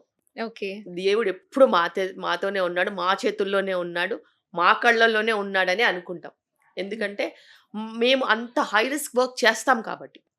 చాలా డిఫికల్ట్ రోబోటిక్ సర్జరీస్, చాలా డిఫికల్ట్ లాప్రోస్కోపిక్ సర్జరీస్, చాలా డిఫికల్ట్ డెలివరీస్, అండ్ తల్లి బిడ్డకి ప్రమాదం ఉండే situations, high BPs, severe blood loss, అలా ఇరుక్కుపోయిన ప్రెగ్నెన్సీస్, ట్విన్స్, మొక్కుకునే వాళ్ళ అప్పుడు ఏమైనా మొక్కులు కూడా మొక్కుకునే వాళ్ళ? ఖచ్చితంగా నేను మొక్కుకుంటాను. ఓకే. నా కోసం మొక్కుకుంటారు, వాళ్ళ కోసం కూడా మొక్కుంటారు. ఓకే. ఖచ్చితంగా మొక్కుకుంటాను. Because it's all about energies. Okay. And ఒక్క positive word will differentiate from a negative environment to a positive environment. So మనము ఆ వైబ్రేషన్ అనే దాన్ని నమ్మాలి.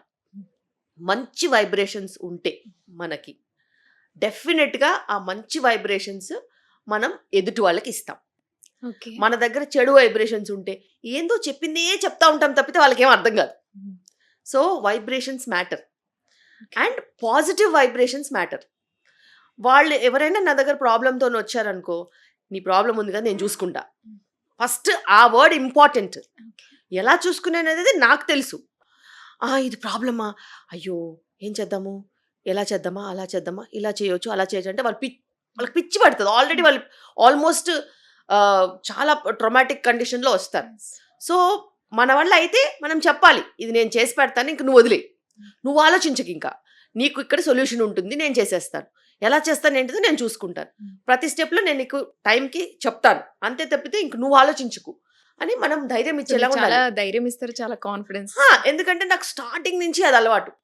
మేము పల్లెటూర్లలో పనిచేసినప్పుడు అన్ఎడ్యుకేటెడ్ పేషెంట్స్ కదా, వాళ్ళకు ఒకటే వర్డ్ కావాలి, నేను చేస్తాను, నేను చూసుకుంటాను, అంతే. ఇదే పొజిషన్, నేను చూసుకుంటా అంతే.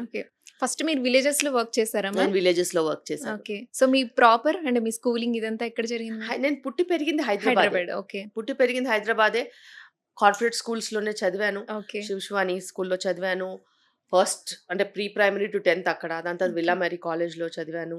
దాని తర్వాత మెడికల్ స్కూల్కి గుల్బర్గా వెళ్ళాను. ఓకే. ఆ టైంలో మాది 0 ఇయర్, ఇక్కడ అడ్మిషన్స్ అవ్వలేదని అక్కడికెళ్ళి చదువుకున్నాను. అక్కడి నుంచి వచ్చాక మళ్ళీ ఇక్కడ కూడా ఉస్మానియాలోనే చేశాను. ఓకే. ఉస్మానియాలో చేసిన తర్వాత పల్లెటూర్లలో ప్రాక్టీస్, అప్పుడు కరువు బాగా. హ్మ్. ఫుల్ ఫ్యామిన్ నడుస్తుందనమాట. అప్పుడు మా ఫాదర్ అడిగారు, "నువ్వు ఊర్లో ప్రాక్టీస్ చేస్తానంటే మన ఊరు దగ్గర ఒక డిస్ట్రిక్ట్ ఉంది, అక్కడ నువ్వు చేస్తావంటే" సరే చేస్తాలేండి అని చెప్పా. That was the first starting అక్కడే. స్టార్టింగ్ సో వెళ్ళాను అక్కడికి. ఓకే. అక్కడ పేషెంట్స్ చాలా ప్రేమగా చూస్తారు. అంటే వాళ్ళ ఇంట్లో ఓ కోడి ఉందనుకో, కోడి గుడ్డు పెడితే గుడ్డు చెంగున పెట్టుకొని వస్తారు. "మేడం నీకోసం గుడ్డు తీసుకొచ్చాను." అయ్యో! అలా మా ఇంట్లో ఆగాగరకాయలు వచ్చారు ఒకళ్ళు తీసుకొస్తారు. ఓకే. ఇప్పటికి కూడా పేషెంట్స్ చింతకాయలు హ్మ్. అలాంటివి ఓకే. కూడా తీసుకొచ్చి ఇప్పటికి ఇస్తారు. కూడా తీసుకొస్తారా మ్యామ్? ఇప్పటికి కూడా ఓకే. తీసుకొస్తారు. సో మీరు ఇష్టపడతారు. సో అది తెలుసుకొని వాళ్ళ తీసుకొస్తున్నారంటున్నా. ఇంట్లో ఏది ఉంటే అది తీసుకొని వస్తారు. ఈ ఓకే. రోజు కూడా ఒక పేషెంట్, "మేడం మేము పాల వ్యాపారం చేస్తారు, మీరు నెయ్యి తింటారా?" అన్నాడు. నేను హ్మ్. చెప్పాను, "నేను నెయ్యి తింటాను." ఓకే. అంటే తను చెప్పిందనమాట, హ్మ్. "నేను నెయ్యి ఇంట్లోనే చేస్తానంటే." "అయితే నువ్వు నెయ్యితో పాటు నెయ్యి చేశాక కింద బ్రౌన్ కలర్‌గా ఆ! ఉంటది కదా! అది కూడా తీసుకురా" అని ఓకే. చెప్పాను. అంటే నేను చిన్నగున్నప్పటి నుంచి అది ఓకే. తినడం అలవాటు నాకు. యాహ్! నాకు చాలా మంది అది ఇష్టపడతారు. అసలు నెయ్యి ఆ! కన్నా కూడా అది ఇంకా ఎక్కువ నేను ఇష్టపడతారు. గిన్నెని గీకి గీకి అవునా? తింటాను. సో నేను చెప్పాను, ఓకే. "అది కూడా తీసుకురా" అని చెప్పా. హ్మ్. She okay. Felt very happy. Okay. Because expect చేయలేదు. సో అట్లా చాలా సిట్యుయేషన్స్ ఉంటాయి. సో ఓవరాల్‌గా మీరు 25 ఇయర్స్ ఎక్స్‌పీరియన్స్ అమ్మా? 25 ఓకే. 2001 ఓకే. నుంచి సో సో 2025, మీరు ప్రెగ్నెన్సీ 26. అప్పటికి మీరు గైనకాలజిస్ట్ ఇవి చేస్తున్నారు. యాహ్! నేను సర్జరీస్ చేస్తున్నారు. గైనకాలజిస్ట్. హ్మ్. ప్రెగ్నెన్సీ అంటే నేను ఆల్రెడీ గైనకాలజిస్ట్ సో అయిపోయాను ఆ మీరు టైంకి. కన్నప్పుడు మీకెలా అనిపించింది మ్యామ్? అంటే మీరే చాలా మందికి చేస్తూ ఉంటారు కదా! సెక్షన్స్ నా ప్రెగ్నెన్సీ గురించి మాట్లాడొద్దు. అది ఎందుకు ఫస్ట్ మ్యామ్? ప్రెగ్నెన్సీ చాలా పెద్ద, అదొక ట్రామాటిక్ జర్నీ. సో ఎందుకలా మ్యామ్? అది ట్విన్స్ ఉండింది, కాంప్లికేషన్ ఉండింది, ఓకే. ప్రీ టర్మ్ ట్విన్సా? డెలివరీ అయింది. ఓకే. సో అది అసలు నేను నా లైఫ్‌లోనే గుర్తు పెట్టుకోవద్దనుకునేదాన్ని. అంటే నిజంగా. పెయిన్‌ఫుల్ సిట్యుయేషన్ అంటున్నారా ఇట్ అప్పుడు? Is not about pain. అనుకున్న ఎక్స్‌పెక్టెడ్ ఔట్‌కమ్ లేదు. అట్లా. ఓకే. హ్మ్. సో ప్రీమెచ్యూర్ డెలివరీ ప్రీమెచ్యూరిటీ వల్ల అయింది. ఆ ఎక్స్‌పీరియన్స్ అంతా పోయింది. So okay. సో ఒకేసారి మీరు ట్విన్స్‌ని ట్విన్స్. కన్నారనమాట. హ్మ్. సో ఆ ఎక్స్‌పీరియన్స్ మీకు అంటే ఎలా హ్యాపీ ఎక్స్‌పీరియన్స్ లేదు అంటున్నారా? Twins happy. ట్విన్స్ పుట్టిన తర్వాత హ్యాపీ. సో కానీ ఆ జర్నీ అనేది జర్నీ బాగా కష్టంగా ఉంటుంది. ఓకే. సో వాళ్ళని పెంచేటప్పుడు అయితే అంత హ్యాపీ కదా! యెస్. నేను hmm. As a mother I have always ah, I am a satisfied mother. Okay. నాకైతే జర్నీ సాటిస్ఫాక్షన్‌గా ఉంది. ఓకే. ఫస్ట్ ట్విన్స్ అప్పుడు నేను కొంచెం బిజీగా ఉన్నాను. ఆ కపుల్ ఆఫ్ ఇయర్స్ నేను అంత ఎక్కువ టైం ఇవ్వలేకపోయాను. హ్మ్. దాని తర్వాత నుంచి I took off very well. Okay. So కొందరికి పర్సనల్ లైఫ్ ఎక్కువ హ్యాపీనెస్ ఇస్తుంది. కొందరికి ప్రొఫెషనల్ ఎక్కువ హ్యాపీ ఇస్తుంది. మీకేది ఎక్కువ హ్యాపీనెస్ ఇస్తుంది? నాకు ప్రొఫెషనల్ లైఫే ఎక్కువ హ్యాపీనెస్ ఇస్తుంది. సో ఇక్కడ బికాజ్ చాలా మంది ఆనందాన్ని చూస్తూ ఉంటారు. ఎందుకంటే వాళ్ళ సంతోషమే నాకు ఊపిరి పోస్తది ఎవ్రీ డే. హ్మ్. అండ్ యాక్చువల్లీ ఎవ్రీ డే వాళ్ళందరికీ మీరు ఒక దేవత. అంతే కదా! ఎవ్రీ డే ఆ సాటిస్ఫాక్షన్‌తోని వెళ్తాను. హ్మ్. And family also I have a very loving family. So okay. మనము ఎప్పుడు పాజిటివ్‌గా ఉంటే ఆ పాజిటివిటీ మనకి ఇంట్లో కూడా ఉంటుంది. హ్మ్. మనము నెగెటివ్‌గా ఉంటే మనకి అదే చూస్తాం ఇంట్లో. And I believe that a lot. నేను అప్పుడప్పుడు అప్సెట్ ఉంటే నేను usually I don't go home. నాకు ఓకే. ఇక్కడ ఇంకొక హౌస్ ఉంది ఓకే. హాస్పిటల్ పక్కనే. అక్కడే ఓకే. ఉండిపోతా. Because okay. I don't want to take that negativity to my so home. అంటే మీరెప్పుడైనా మూడ్ బాలేకపోతే నేను లోన్‌లీగా ఇక్కడే స్పెండ్ ఉంటా. లేదా చేస్తారా? ఏదైనా క్రిటికల్ కేసెస్ ఉన్నాయి, హ్మ్. బ్యాడ్ కేసెస్ ఏమన్నా అయ్యాయి, ఓకే. నేను అనుకున్న రిజల్ట్స్ ఇవ్వలేకపోయాను అని అంటే usually I don't go. Okay. Because I don't want my children to see me like that. Okay. అంటే కోపంగా ఉంటారా? కోపంగా ఉంటే అరుస్తారా? మీకు కోపం ఎక్కువొస్తుందా అసలు? నాకు కోపం వస్తది. ఓకే. కానీ కోపం వస్తే అది నాకే నష్టం అని నాకెప్పుడో అర్థమైపోయింది. ఇంకా ఆ తర్వాత అంటే నేను కోపం కోపంగా ఉంటే వచ్చినా మంచిది కానీ కాను అంటారా? మంచి ఇంగ్లీష్ వర్డ్స్‌తో ఫ్రేమ్ చేసి సెంటెన్స్ చెప్తాను. వాళ్ళకి ఓకే. అర్థమైపోద్ది ఇంకా. ఓకే. సో ఇది మీరు కాబట్టి నేను హ్మ్. వింటున్నాను. లేకపోతే మా మమ్మీ వాళ్ళైతే ఇలా చెప్తే వినేవాళ్ళే కాదు. అడిగిరా పో మీ అమ్మమ్మని, మీ తాతని. సో మీ ఇలా మేము కిడ్స్‌కి సమాధానం చెప్తారా? చెప్తే వాళ్ళు ఏం చేసేవాళ్ళు? హ్మ్. ఐయామ్ జస్ట్ లిస్టెనింగ్ అని హ్మ్. చెప్పి వచ్చేస్తాను. ఓకే. సో మీ పేరెంట్స్ మిమ్మల్ని ఎలా పెంచారో మీరు కూడా మీ పిల్లల్ని అలాగే పెంచుతున్నారా? లేదా ఏదైనా డిఫరెన్సెస్ ఏదైనా మీరు లేదు ఇక్కడ నేను కొంచెం అనిపిస్తది కదా! కొంచెం ఇక్కడ నేను లోటుగా ఫీల్ అయ్యాను. ఇది నా పిల్లలకి ఉండకూడదు. అట్లా సో మీరేమన్నా అప్పట్లో యాక్చువల్లీ మాకు ఇంత టెక్నాలజీ ఇదంతా లేదు కదా. See hmm. Internet and all was not there. ఇవన్నీ ఏం లేవు. మొబైల్స్ కానీ ఇవన్నీ ఏం యెస్. లేవు కాబట్టి అవునవును. వాళ్ళ చాయిసెస్‌ని మేము రెస్పెక్ట్ చేయాల్సొచ్చేది. కానీ ఇప్పుడు children have choices. Yes. And we have to respect them. So అది రియల్లీ టఫ్. లైక్ నా చైల్డ్హుడ్ నాది కాదు, మా పేరెంట్స్ది. మా వీళ్ళ పిల్లల చైల్డ్హుడ్ వాళ్ళది, నాది కాదు, మీది. వాళ్ళది. సో ఇది చాలా చాలా కష్టము Yes. డైజెస్ట్ చేసుకోవడానికి. But I have given okay enjoy అనేసి. Okay. సో వాళ్ళకి నచ్చిన సబ్జెక్ట్స్ వాళ్ళకి చూస్ చేసుకునే ఫ్రీడమ్ ఇచ్చాను. మీరు ఏమన్నా చేయండి, చదివినప్పుడు సో మీరేం ఖచ్చితంగా ఇదే చేయాలి అదే చేయాలని నా చాయిసెస్ నేను మీద రుద్దను. ఓకే మీకు చాయిసెస్ మీరు తీసుకోండి. ఓకే కానీ ఏ చాయిసెస్ తీసుకున్నా కూడా, since you have genetically given little bit of intelligence and an environment, good schooling, నాకు కూడా మంచి స్కూలింగ్ ఇచ్చారు మా పేరెంట్స్. సో ఎప్పుడైనా మేము అవుట్ ఆఫ్ ద బాక్స్ ఆలోచిస్తాం. ఇట్లా మెయిన్ స్ట్రీమ్లా నారో మైండెడ్ థింకింగ్ ఉండదు. ఓకే సో నేనైనా కూడా అలా అవుట్ ఆఫ్ ద బాక్స్ ఆలోచిస్తాను, అవుట్ ఆఫ్ ద బాక్స్ ఉంటాం కాబట్టి schooling makes a lot of difference. So మా పిల్లలు కూడా అదే ఇచ్చాను. So you should also become number 1 in your life.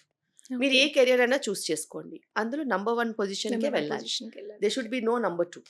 Okay అది మీరు ఇదే తీసుకోమని నేను చెప్పట్లేదు, మీరు ఏది తీసుకున్నా సరే తీసుకోండి. So that is one learning lesson from my life. నాకు Okay. చాయిసెస్ లేవు, సో ఇప్పుడు కూడా నాకు చాయిసెస్ లేవు. ఓకే సో వాళ్ళకు కూడా నేను చాయిసెస్, నేను ఎప్పుడు వాళ్ళని ఇదే అవ్వాలని చెప్పాను. సో మీరుంటున్న ప్రొఫెషన్ అయితే మీరు ఇప్పుడు 100% లవ్ చేస్తున్నారు, ఒక సాటిస్ఫైడ్ ఉంది కదా మీకు? యా నేను సాటిస్ఫైడ్. నేను నా కలీగ్స్ వాళ్ళందరూ ఉంటారు కదా, ఓకే ఓకే కలీగ్స్ వీళ్ళందరూ అడుగుతారు, మీరు ఇంత వెల్ ఎస్టాబ్లిష్డ్ కదా, మీకు వారసులు ఉంటారా అనేసి. నన్ను ప్లీజ్, నేనే కష్టపడుతున్నాను, అది నాకు చాలు, వాళ్ళకి నాకు వారసులు అవసరం లేదు. ఓకే వాళ్ళ పనులు వాళ్ళ చాయిసెస్ వాళ్ళకు ఉన్నాయి. నేను ఎవరిని మెడిసిన్లోకి తీసుకొచ్చి గైనకాలజిస్ట్ చేసి నా వారసత్వం ఇవ్వాలని అనుకోవట్లేదు. ప్లీజ్, ఇలాంటివి నేను ఎప్పుడూ ఎంకరేజ్ చేయను. నాకు వీలైనంత వరకు నేను నా కింద చాలా మంది స్టూడెంట్స్ ఉంటారు. ఓకే డిఎన్బీస్ ఉంటారు, డీజీఓస్ ఉంటారు, ఎంఆర్సీయూజీస్ ఉంటారు. ఒక 16 నుంచి 20 మంది స్టూడెంట్స్ ఎప్పుడు ఉంటారు. వాళ్ళకి నేను నేర్పించుకుంటాను. ఓకే మా సో పిల్లల్ని మీ దానికోసం కిడ్స్కి మాత్రం తీసుకురావాల్సిన వాళ్ళకి అవసరం ఫ్రీడమ్ లేదు. ఇచ్చేసేసారు. మీ వాళ్ళ చాయిసెస్ సో వాళ్ళు చేసుకుంటారు. మ్యామ్ టీనేజర్స్ ని అంటే ఇప్పుడు చూస్తే వాళ్ళకి సపరేట్ రూమ్ ఉండాలి, చిన్నప్పటి నుంచే సపరేట్ రూమ్ ఉండాలి ఇలా అంటూ ఉంటారు. కొంతమంది ఈ విషయంలో కూడా డిఫరెన్సెస్ ఉన్నాయి. కొంతమంది ఏమో వాళ్ళకి ఇండివిజువల్ ఇవ్వాలి, వాళ్ళకి ఫ్రీడమ్ ఇవ్వాలి. కొంతమంది ఏమో పేరెంట్స్ దగ్గరే పడుకోబెట్టుకోవాలి నైట్ పేరెంట్స్ దగ్గర అంటారు. ఈ విషయంలో మీరు ఎట్లా ఉండాలంటారు టీనేజర్స్ తో కానీ లేదా చిన్నపిల్ల వాళ్ళకి ఒక 10 years 12 years వస్తున్నప్పటి నుంచి ఎలా అంటారు? వాళ్ళకి సపరేట్ బెడ్రూమ్ డెఫినెట్ గా ఉండడం అనేది వాళ్ళకి అవసరం. సెపరేట్ స్పేస్ అనేది ఇవ్వాలి. ఓకే టీనేజ్ 12-13 years యా, నుంచి టీనేజర్స్ అనే కాదు, ఎనీ చైల్డ్ కి సెపరేట్ స్పేస్ అనేది ఇవ్వాలి. ఓకే ఆ స్పేస్ వాళ్ళు యూటిలైజ్ చేసుకున్నారనే చాయిస్ కూడా వాళ్ళకి ఇవ్వాలి. ఓకే సో స్పేస్ అనేది ఉంటే వాళ్ళకి నచ్చితే వాళ్ళు ఆ స్పేస్ని యూస్ చేసుకుంటారు. మీరు అదే స్పేస్ యూస్ చేసుకోండి అని చెప్పడానికి లేదు. Especially when you have couples in the house. So when you're having couples in the house, then it is definitely important that the child should be sleeping in their own rooms. If it is a single parent and the child wants to spend with safety with the parent ante it's okay, but room అయితే ఉండాలి. Okay so వాళ్ళకి ఇచ్చేసేయాలి choice వాళ్ళ అంటారు. Choices. So separate గా ఉండాలనుకుంటావా లేదా కలిసి ఉండాలంటావా? వాళ్ళ choice కి వాళ్ళకి వదిలేసేయాలి. సో మ్యామ్ పెళ్లి చేసుకోవాలి అనుకుంటున్న ఒక అమ్మాయి అంటే తెలుసుకోవాలి అనుకుంటే ఈ విషయాలు కంపల్సరీ తెలుసుకోవాలనే విషయాలు ఏంటి? సి, పెళ్లి చేసుకునే వాళ్ళందరికీ నేను ఒకటే చెప్తాను, లైఫ్ అనేది ఎవ్రీ డే సేమే ఉంటుంది, అప్పుడప్పుడే చేంజ్ ఉంటుంది. అండ్ మనం స్కూల్లో ఎలా వెళ్ళేవాళ్ళం, రోజు స్కూల్కి వెళ్ళాలా, రోజు అదే టైంకి వెళ్ళాలా, అదే టైంకి రావాలా, సబ్జెక్ట్సే వేరే ఉంటాయి కానీ రోజు అవే సబ్జెక్ట్స్ ఉంటాయి. పొద్దున ఒకటి మధ్యాహ్నం ఒకటి అలా మారుతూ ఉంటుంది. వారానికి ఒక షెడ్యూల్ ఉంటుంది. కానీ షెడ్యూల్ తప్పితే వేరే ఏముండదు. రావాలి, చదువుకోవాలి, తినాలి, పడుకోవాలి. ఇంత ప్రాక్టీస్ చేసిన స్కూలింగ్ని మ్యారేజ్ అయిన తర్వాత ఎందుకు ఫాలో చేయట్లేదు అని. ఏంటంటే ఖచ్చితంగా ఒక అమ్మాయి లైఫ్ మ్యారేజ్ అయిన తర్వాత మారిపోతుంది. సో ద సేమ్ థింగ్, అందుకు మీరు ఒక మీకు- ఇన్స్పిరేషన్ గా మీరు ఏం చెప్తారు వాళ్ళకి? ఇన్ని సంవత్సరాలు నువ్వు చేసిందే చేసినప్పుడు నువ్వు మ్యారేజ్ అయిన తర్వాత కూడా చేసిందే చేయాలి రోజు. Okay if it is couple together, రోజుకి టైంకి లేవాలి, రోజు వండుకోవాలి, రోజు తినాలి, రోజు ఆఫీస్కి వెళ్ళాలి, లేకపోతే చదువుకునే వాళ్ళు రోజు కమ్యూనికేషన్ ఉండాలి, మాట్లాడుకోవాలి, ఎండ్ ఆఫ్ ద డే ఇంట్లో వండుకోవాలి, వండింది తినాలి, పడుకోవాలి. మొనాటనస్ అయిపోతుంది, నాకు చేసిందే చేయాల్సి వస్తుంది అనేసి స్పెక్యులేషన్స్ని రేస్ చేయొద్దు. ఓకే అండ్ బిడ్డ పుట్టిన తర్వాత కూడా రోజు చేసేదే చెయ్యాలి. ఓకే. 2 అవర్స్‌కి ఒకసారి ఫీడింగ్ ఉంటుంది, డైపర్ చేంజ్ ఉంటుంది, స్నానం ఉంటుంది, బేబీ బట్టలు సర్దుకోవడం ఉంటుంది, నీ ఫుడ్ ఉంటుంది, నీ వైటమిన్స్ ఉంటాయి. So, life is all about discipline and it is about repeating the same thing every day. So, నువ్వు స్కూలింగ్‌లో నేర్చుకున్నది గాలికి కాలేజ్‌లో వదిలేయకుండా, నేర్చుకుంది. ఉద్యోగంలో నేర్చుకున్నది గాలికి వదిలేయకుండా, పెళ్ళైన తర్వాత కూడా కాపురాలు కూడా అలాగే చేసుకుని గాలికి వదిలేయకుండా, పిల్లల్ని కూడా కన్నప్పుడు అదే పద్ధతిగా సో వాళ్ళని మ్యారేజ్ అయ్యాక కూడా పెంచుకుంటే మీరు చిన్నప్పటి నుంచి ఉన్న Discipline. డిసిప్లిన్ అనేది మ్యారేజ్ అయిన తర్వాత కూడా కంటిన్యూ చేయాలి. డిసిప్లిన్ అంతే. Okay. రోజు చేసే పనిలే ఉంటది. రోజు Mm. మొగుడు మొహం అదే ఉంటది. Mhm. కొత్త మొహం ఎందుకు తయారవుతుంది? So it Okay. Is people are getting bored okay. because people are getting more entertainment in their screens, more Yes. entertainment around, more information about edited pictures of others, yes, comparisons. comparisons, It is wrong. expectations. చాలా wrong. నేను ఎప్పుడు చెప్తూ ఉంటాను, ఇన్స్టాగ్రామ్లో కానీ యూట్యూబ్లో కానీ ఒకళ్ళ పర్సనల్ లైఫ్ గురించి పెడితే అది only part of their life. The best part of their life పెడతారు. వర్స్ట్ పార్ట్ ఎందుకు పెడతారు? పెట్టరుగా. సో నువ్వు అది చూసుకొని వాళ్ళ లైఫ్ అంత బాగుందని అనుకోవడం కాదు. కంపేర్ చేసుకోవద్దు. ఓకే. ఎప్పుడు లైఫ్ అనేది పైకి కిందకే ఉంటుంది, మనం అడ్జస్ట్ చేసుకునే దాన్ని బట్టి. అండ్ మొనాటనీకి చాలా మంది విసిగిపోతున్నారు. అంటే ఒక 10 ఏళ్ళు ఒక దగ్గర పని చేసి ఇంకా ఒక 2 ఏళ్ళు పని చేయగానే నాకు ఇంకా బోర్ కొట్టేసింది ఇక్కడ అంటారు. వై? నేను మరి 10 సంవత్సరాల నుంచి ఇదే హాస్పిటల్లో ఉన్నాను. ఇలాంటి ఒక హాస్పిటల్ కావాలని వెతుక్కుని తయారు చేసుకుని ఉన్నాను. ఓకే. నేను చచ్చిపోయేంత వరకు కూడా ఇక్కడే ఉంటాను. బికాజ్ ఇక్కడ నాకు అన్నీ ఉన్నాయి. ఇంకా నేను మారాల్సిన అవసరం లేదు. నా మొనోటనీ నేను సెట్ చేసుకున్నాను. నా కుటుంబం ఎంతనో నాకు ఈ హాస్పిటల్ అంతా, ఇది కూడా నా కుటుంబం. ఓకే. సో అలాగా యూ హ్యావ్ టు ఫిక్స్. నువ్వు చంచలంగా ఉంటే అది మనకి పనికిరాదు. ఏదో ఓ 2 రోజులు అటు ఇటు చంచలంగా ఉంటే బాగుంటుంది. ప్రతిసారి మనసు చంచలంగా వెరైటీ వెరైటీ వెరైటీ అంటే చాలా కష్టం అది. And people are behaving like that. వాళ్ళు మొనోటనస్కి బోర్ అయిపోతున్నారు. ఇంతకుముందు అప్పుడు ఎలా అవ్వలేదే. ఇంతకుముందు 40 ఏళ్ళు, 50 ఏళ్ళు, 60 ఏళ్ళు, 70 ఏళ్ళు ఎలా కాపురాలు చేశారు? Monotonous same thing you have to do. ఇంతకుముందు విడిపోయింది కూడా ఏదైనా పర్సనాలిటీ ప్రాబ్లమ్స్, ఏదైనా ప్రాబ్లమ్స్ వస్తేనో అదేదో ఉంటే తప్పితే, ఇప్పుడు there is no fire in the relationship అని చెప్పి విడిపోతున్నారు. ఫైర్ ఏంటమ్మా? ఫైర్ అంటించేస్తుంది ఫైర్. సో అట్లా కాదు. సో మనము ఇవన్నీ కూడా చూసుకోవాలి.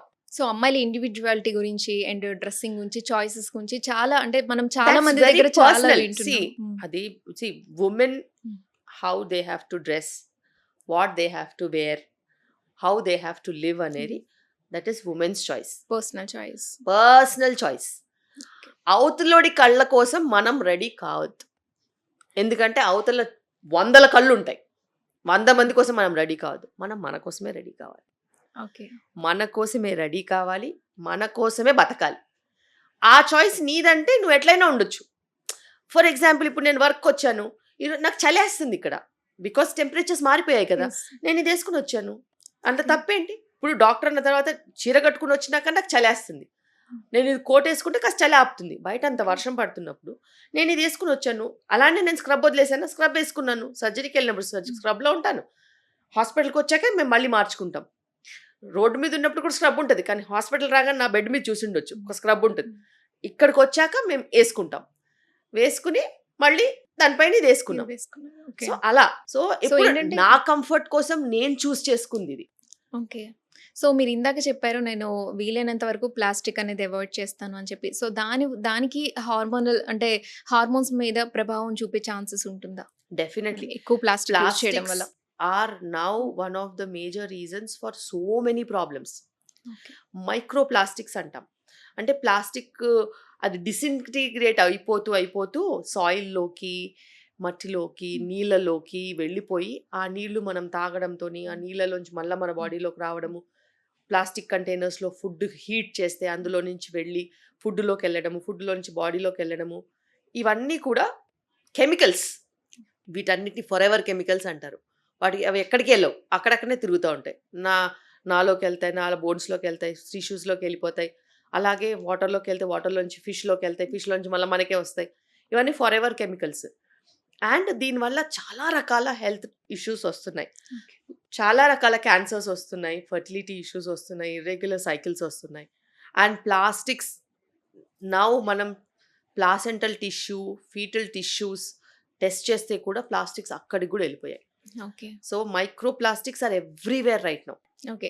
సో మ్యామ్ ముందు అంటే ఇప్పటికే మీరు అచీవ్ చేశారు. మీరు అనుకున్నది మీరు గోల్ రీచ్ అయ్యారు. బట్ ఇంకా ముందు ముందు ఇంకా అంటే నేను ఇది చేయాలనుకుంటున్నా ఫ్యూచర్‌లో అనుకునేవి ఏమన్నా ఉన్నాయా? డెఫినెట్‌గా ఇక్కడ మేము రోబోటిక్ సెంటర్ ఆఫ్ ఎక్సలెన్స్ ఒకటి పెడుతున్నాము. So okay. ఆల్రెడీ మేము ఎప్పటి నుంచో రోబోటిక్ సర్జరీస్ చేస్తున్నాము. 2017 నుంచి రోబోటిక్ సర్జరీస్ చేస్తున్నాము. అయితే చాలా సార్లు క్రిటికల్ కేసెస్ ఉన్నప్పుడు, పెద్ద పెద్ద ఫైబ్రాయిడ్స్ ఉన్నప్పుడు, లాప్రోస్కోపీలో కాని కండిషన్స్ ఉన్నప్పుడు రోబోటిక్‌కి సజెస్ట్ చేస్తున్నారు. ఓకే. అయితే అది ఒక ఎత్తైతే, ఏ సర్జరీ అయినా మనం రోబోటిక్ ద్వారా చేసుకున్నట్టు అయితే హీలింగ్ పీరియడ్ ఫాస్ట్‌గా ఉంటుంది, పెయిన్ తక్కువగా ఉంటుంది, కంఫర్ట్ ఎక్కువగా ఉంటుంది. అండ్ ఇప్పుడున్న ప్రాబ్లమ్స్ ఏవైతే ఎండోమెట్రియోసిస్, ఫైబ్రాయిడ్స్, అడినోమయోసిస్ ఇలా చెప్తూ పోతూ ఉంటే చాలా రకాల గైనకలాజికల్ ప్రాబ్లమ్స్ లైఫ్ స్టైల్ వల్ల వచ్చినవి ఉన్నాయి. ఓకే. ఫర్టిలిటీ స్పేరింగ్ సర్జరీస్ ఇవన్నీ ఉండి మళ్ళీ ప్రెగ్నెన్సీ కూడా కావాలి. అప్పుడు దానికి రీకన్స్ట్రక్ట్ చేయడానికి వాటన్నిటికి కూడా రోబోటిక్ సర్జరీ చాలా చాలా బెనిఫిట్స్ ఉంటాయి. అండ్ ఆ ప్రక్రియలో నేను ఇవన్నీ ఎందుకు చేస్తున్నానంటే ultimately I have to deliver them. ఎవరైనా కానీ ఆ ఎండ్ టు ఎండ్ సొల్యూషన్ ఇవ్వట్లేదు. Okay. So end to end solution కోసమనే నేను ఈ హాస్పిటల్ని మేము రెడీ చేసాం. ఈ కిమ్స్ హాస్పిటల్ కొండాపూర్ ఇప్పుడు ఏదైతే నేను వర్క్ చేస్తున్నానో లాస్ట్ 10 years నుంచి ప్రపంచంలో ఏ ట్రీట్మెంట్ ఉన్నా ఇక్కడ అవైలబుల్ ఉంటుంది. అలాంటి ఒక సెంటర్ ఆఫ్ ఎక్సలెన్స్ని మనం క్రియేట్ చేసాం. సో అడాలసెంట్ నుంచి మెనోపాజ్ 70-80 జీరియాట్రిక్స్ వరకు కూడా ఎటువంటి ప్రాబ్లమ్స్ ఉన్నా కూడా మనం ఎండ్ టు ఎండ్ సొల్యూషన్స్ ఇవ్వగలుగుతాం. అదేవిధంగా ఇప్పుడు యంగ్ వాళ్ళు ఉంటారు, నాట్ ప్లానింగ్ ప్రెగ్నెన్సీ వాళ్ళు ఉంటారు, వాళ్ళకు కూడా మనము ఫర్టిలిటీ స్పేరింగ్ కింద మనం ఆప్షన్స్ ఇవ్వాలి. కొంతమంది లో ఫర్టిలిటీ లెవెల్ ఉంటారు కానీ నాట్ మ్యారీడ్ వాళ్ళు ఉంటారు, వాళ్ళకు కూడా మనం ఎగ్ ఫ్రీజింగ్ ఆప్షన్స్ ఇవ్వాలి. అలాగే మ్యారీడ్ వాళ్ళు ఉంటారు, వాళ్ళకి ప్రెగ్నెన్సీ కావాలని ఉంటుంది, చాలా గైనకలాజికల్ ప్రాబ్లమ్స్ ఉంటాయి, ఫర్టిలిటీ స్పేరింగ్ ఆప్షన్స్, వాళ్ళకి ఫర్టిలిటీ మీద ఇంపాక్ట్ కాని సొల్యూషన్స్ ఇవ్వాలి. ఇన్ఫర్టిలిటీ ప్రాబ్లమ్స్లో ఉన్న వాళ్ళకు కూడా మనం న్యాచురల్ ఫర్టిలిటీ మీద అవగాహన ఇవ్వాలి. అలాగే ప్రెగ్నెంట్ వాళ్ళకి నెక్స్ట్ జనరేషన్ని వాళ్ళు మోస్తున్నారు కాబట్టి వాళ్ళకి స్టర్న్గా కరెక్ట్గా టార్గెటెడ్గా మనము వాళ్ళ చెకప్స్ అన్నీ వెళ్ళాలి.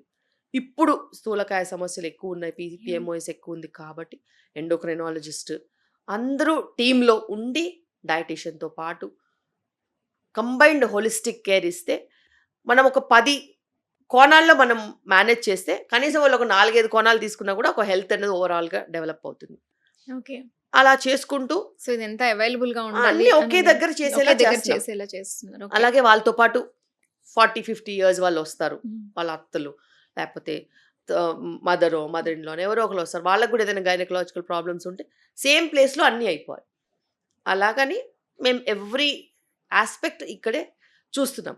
అండ్ హోలిస్టిక్ కేర్ బేసిక్గా Okay. ఓన్లీ ట్రీట్మెంటే కాకుండా దాన్ని ఎలా ప్రివెంట్ చేయాలి, దాన్ని ఎలా మేనేజ్ చేయాలి, ట్రీట్మెంట్ అయిపోయిన తర్వాత రికరెన్స్ రాకుండా ఏం చేయాలి, ఇవన్నీ కూడా మనము ఒక ఫ్రేమ్వర్క్ కింద చేస్తున్నాం. ప్రతి ప్రొఫెషన్‌లో ఆర్టిఫిషియల్ ఇంటెలిజెన్స్ అనేది వచ్చేసింది. సో ఇక్కడ అదేంటి ఈ మీరుంటున్న ఫీల్డ్‌లో ఇప్పుడు ఈ ఏఐ అనేది ఎంతవరకు ఎఫెక్టివ్‌గా ఉంది? 100% ఏఐ అనేది మనం యూజ్ చేయాల్సిన విధానంలో మనం ఆలోచించే విధానం ఉంటుంది. ఇప్పుడు మనకి ఇంతమంది పేషెంట్ లోడ్ని ఎలా మేనేజ్ అవుతుంది ఏఐ లేకుండా? ఆబ్వియస్లీ ఒక సిస్టమ్ ప్లేస్లో ఉండాలన్న బిల్లింగ్ సిస్టమే అనుకోండి, బిల్లింగ్ సిస్టమ్ ప్లేస్లో ఉండాలన్నా, మెడికేషన్స్ టైంకి ఇవ్వాలన్నా, లేకపోతే మెడిసిన్స్, బిల్స్, సర్జరీ, ఓటీ, దాని తర్వాత వార్డ్ వర్క్, ఇవన్నీ కలిపి లాస్ట్కో బిల్ వస్తుంది. ఇవన్నీ కూడా ఏఐ మిక్సప్ చేసి అన్ని ఎంబెడెడ్ చేసిన సిస్టమ్స్.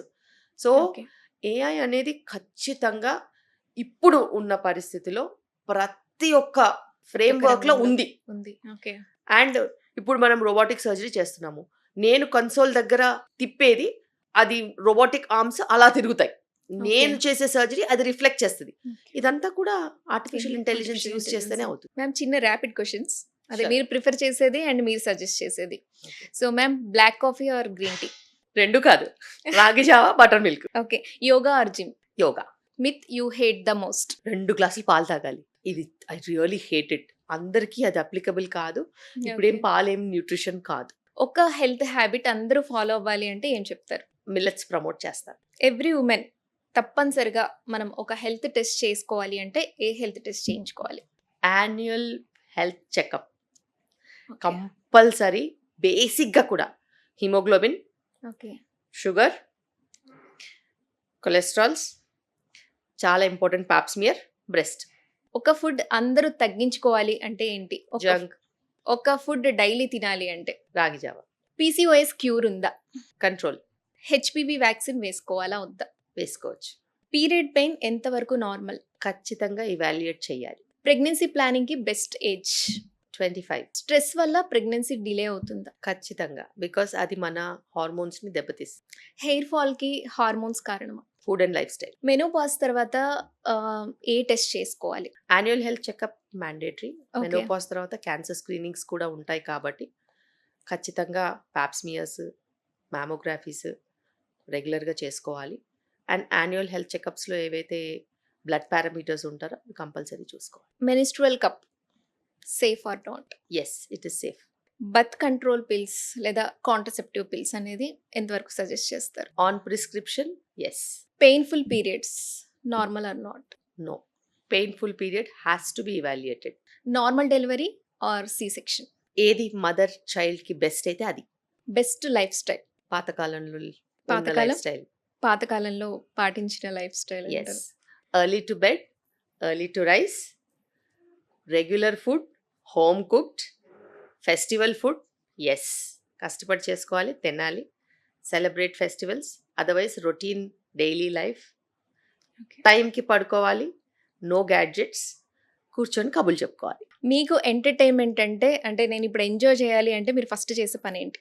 మా పిల్లలతో టైం స్పెండ్ చేయాలి. Full entertainment. ఓకే. మీకు నచ్చే junk food? Thai green curry with jasmine rice నాకు చాలా నచ్చుతుంది. అండ్ నేను అది ఇంట్లో కూడా తయారు చేసుకుంటాను. ఓకే. ఇది హెల్త్కి మంచిది కాదు, ఇది జంక్ ఫుడ్ అనేది మీకు స్ట్రీట్ ఫుడ్లో ఏది మీకు బాగా ఫేవరెట్? పానీపూరి.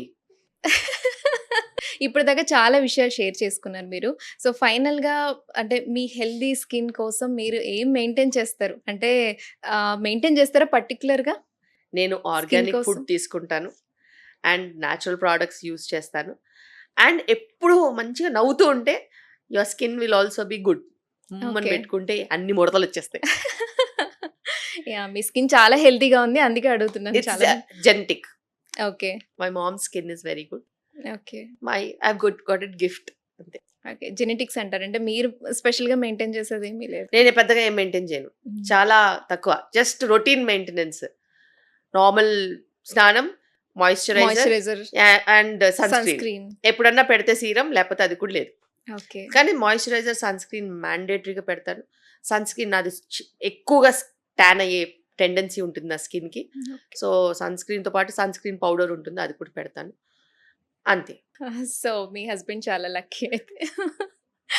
సో ఎందుకంటే ఎక్కువ వాళ్ళే కంప్లైంట్ ఇస్తారు కాబట్టి ఇంతసేపు నేను రెడీ అవుతున్నారు, చీర అంతసేపు కూడా ready 2 అవుతున్నారు. నిమిషాలనే కడతాను, రెడీ కూడా 2 నిమిషాలనే అవుతాను. Oh. గంటలు గంటలు చేసే క్వశ్చనే లేదు. Okay, super. సో మ్యామ్ ఫైనల్గా మా వ్యూవర్స్ కోసం, మన వీడియో చూస్తున్న ఆడియన్స్ కోసం ఫైనల్గా మీరు ఏం చెప్తారు? డెఫినెట్గా మనము we are what we live, okay. Nothing else. మనం ఎలా బతుకుతామో అదే మనం. సో మంచిగా పద్ధతిగా కరెక్ట్ లైఫ్ స్టైల్తో బతికితే మనకి హెల్తీ లైఫ్ అనేది మన ఒక్కరికే కాదు, మనం హెల్తీగా ఉంటే మన చుట్టుపక్కల వాళ్ళకు కూడా అదే హెల్త్నే మనం ప్రాపగేట్ చేస్తాం. మనం చిరాగ్గా ఉంటే ఎదుటి వాళ్ళందరూ కూడా ఫ్యామిలీ అంతా డిస్టర్బ్ అవుతుంది. So focus on your health. Health అంటే again physical, mental, emotional, psychological, financial, okay. 100% ఇవన్నీ ఉండాలి. సో దీని మీద మనం ఫోకస్ చేసుకుని మనం ఆరోగ్యంగా ఉంటే మన చుట్టుపక్కల అందరూ కూడా ఆరోగ్యంగా ఉంటారు. అండ్ మనం హ్యాపీగా ఉంటే ఎదుటి వాళ్ళకి హ్యాపీనెస్ ఇవ్వగలుగుతాం. ఏడ్చే వాళ్ళ దగ్గర ఎవ్వరు రారు, వచ్చినాక ఎక్కువసేపు ఉండరు. ఇప్పుడు హ్యాపీ, పాజిటివ్. నెగటివిటీ డెఫినెట్లీ చాలా మంది దూరంగా ఉంటారు. మనం పాజిటివ్గా ఉంటే మనం కూడా బాగుంటాం, మన హెల్త్ కూడా బాగుంటుంది, మన ఫ్యామిలీ కూడా బాగుంటుంది, మన ఫ్రెండ్స్ అందరు కూడా బాగుంటారు. Okay. Thank you so much ma'am. ఎందుకంటే మీ జర్నీ గురించి, అలాగే ఈ 25 ఇయర్స్‌గా మీరు చేసిన ఛాలెంజెస్ గురించి, అన్నిటి గురించి మీరు షేర్ చేసుకున్నారు. అండ్ చాలా మంచి సజెషన్స్ కూడా ఇచ్చారు. Thank you so much ma'am. Thank you. Thank you. And for more videos, Please subscribe to iDream. Please subscribe to iDream. Please subscribe iDream. And please subscribe to iDream. For more videos, subscribe to iDream. please like, share, and subscribe to the channel. Congratulations, iDream. Subscribe to iDream. Subscribe to iDream. So subscribe to iDream Media.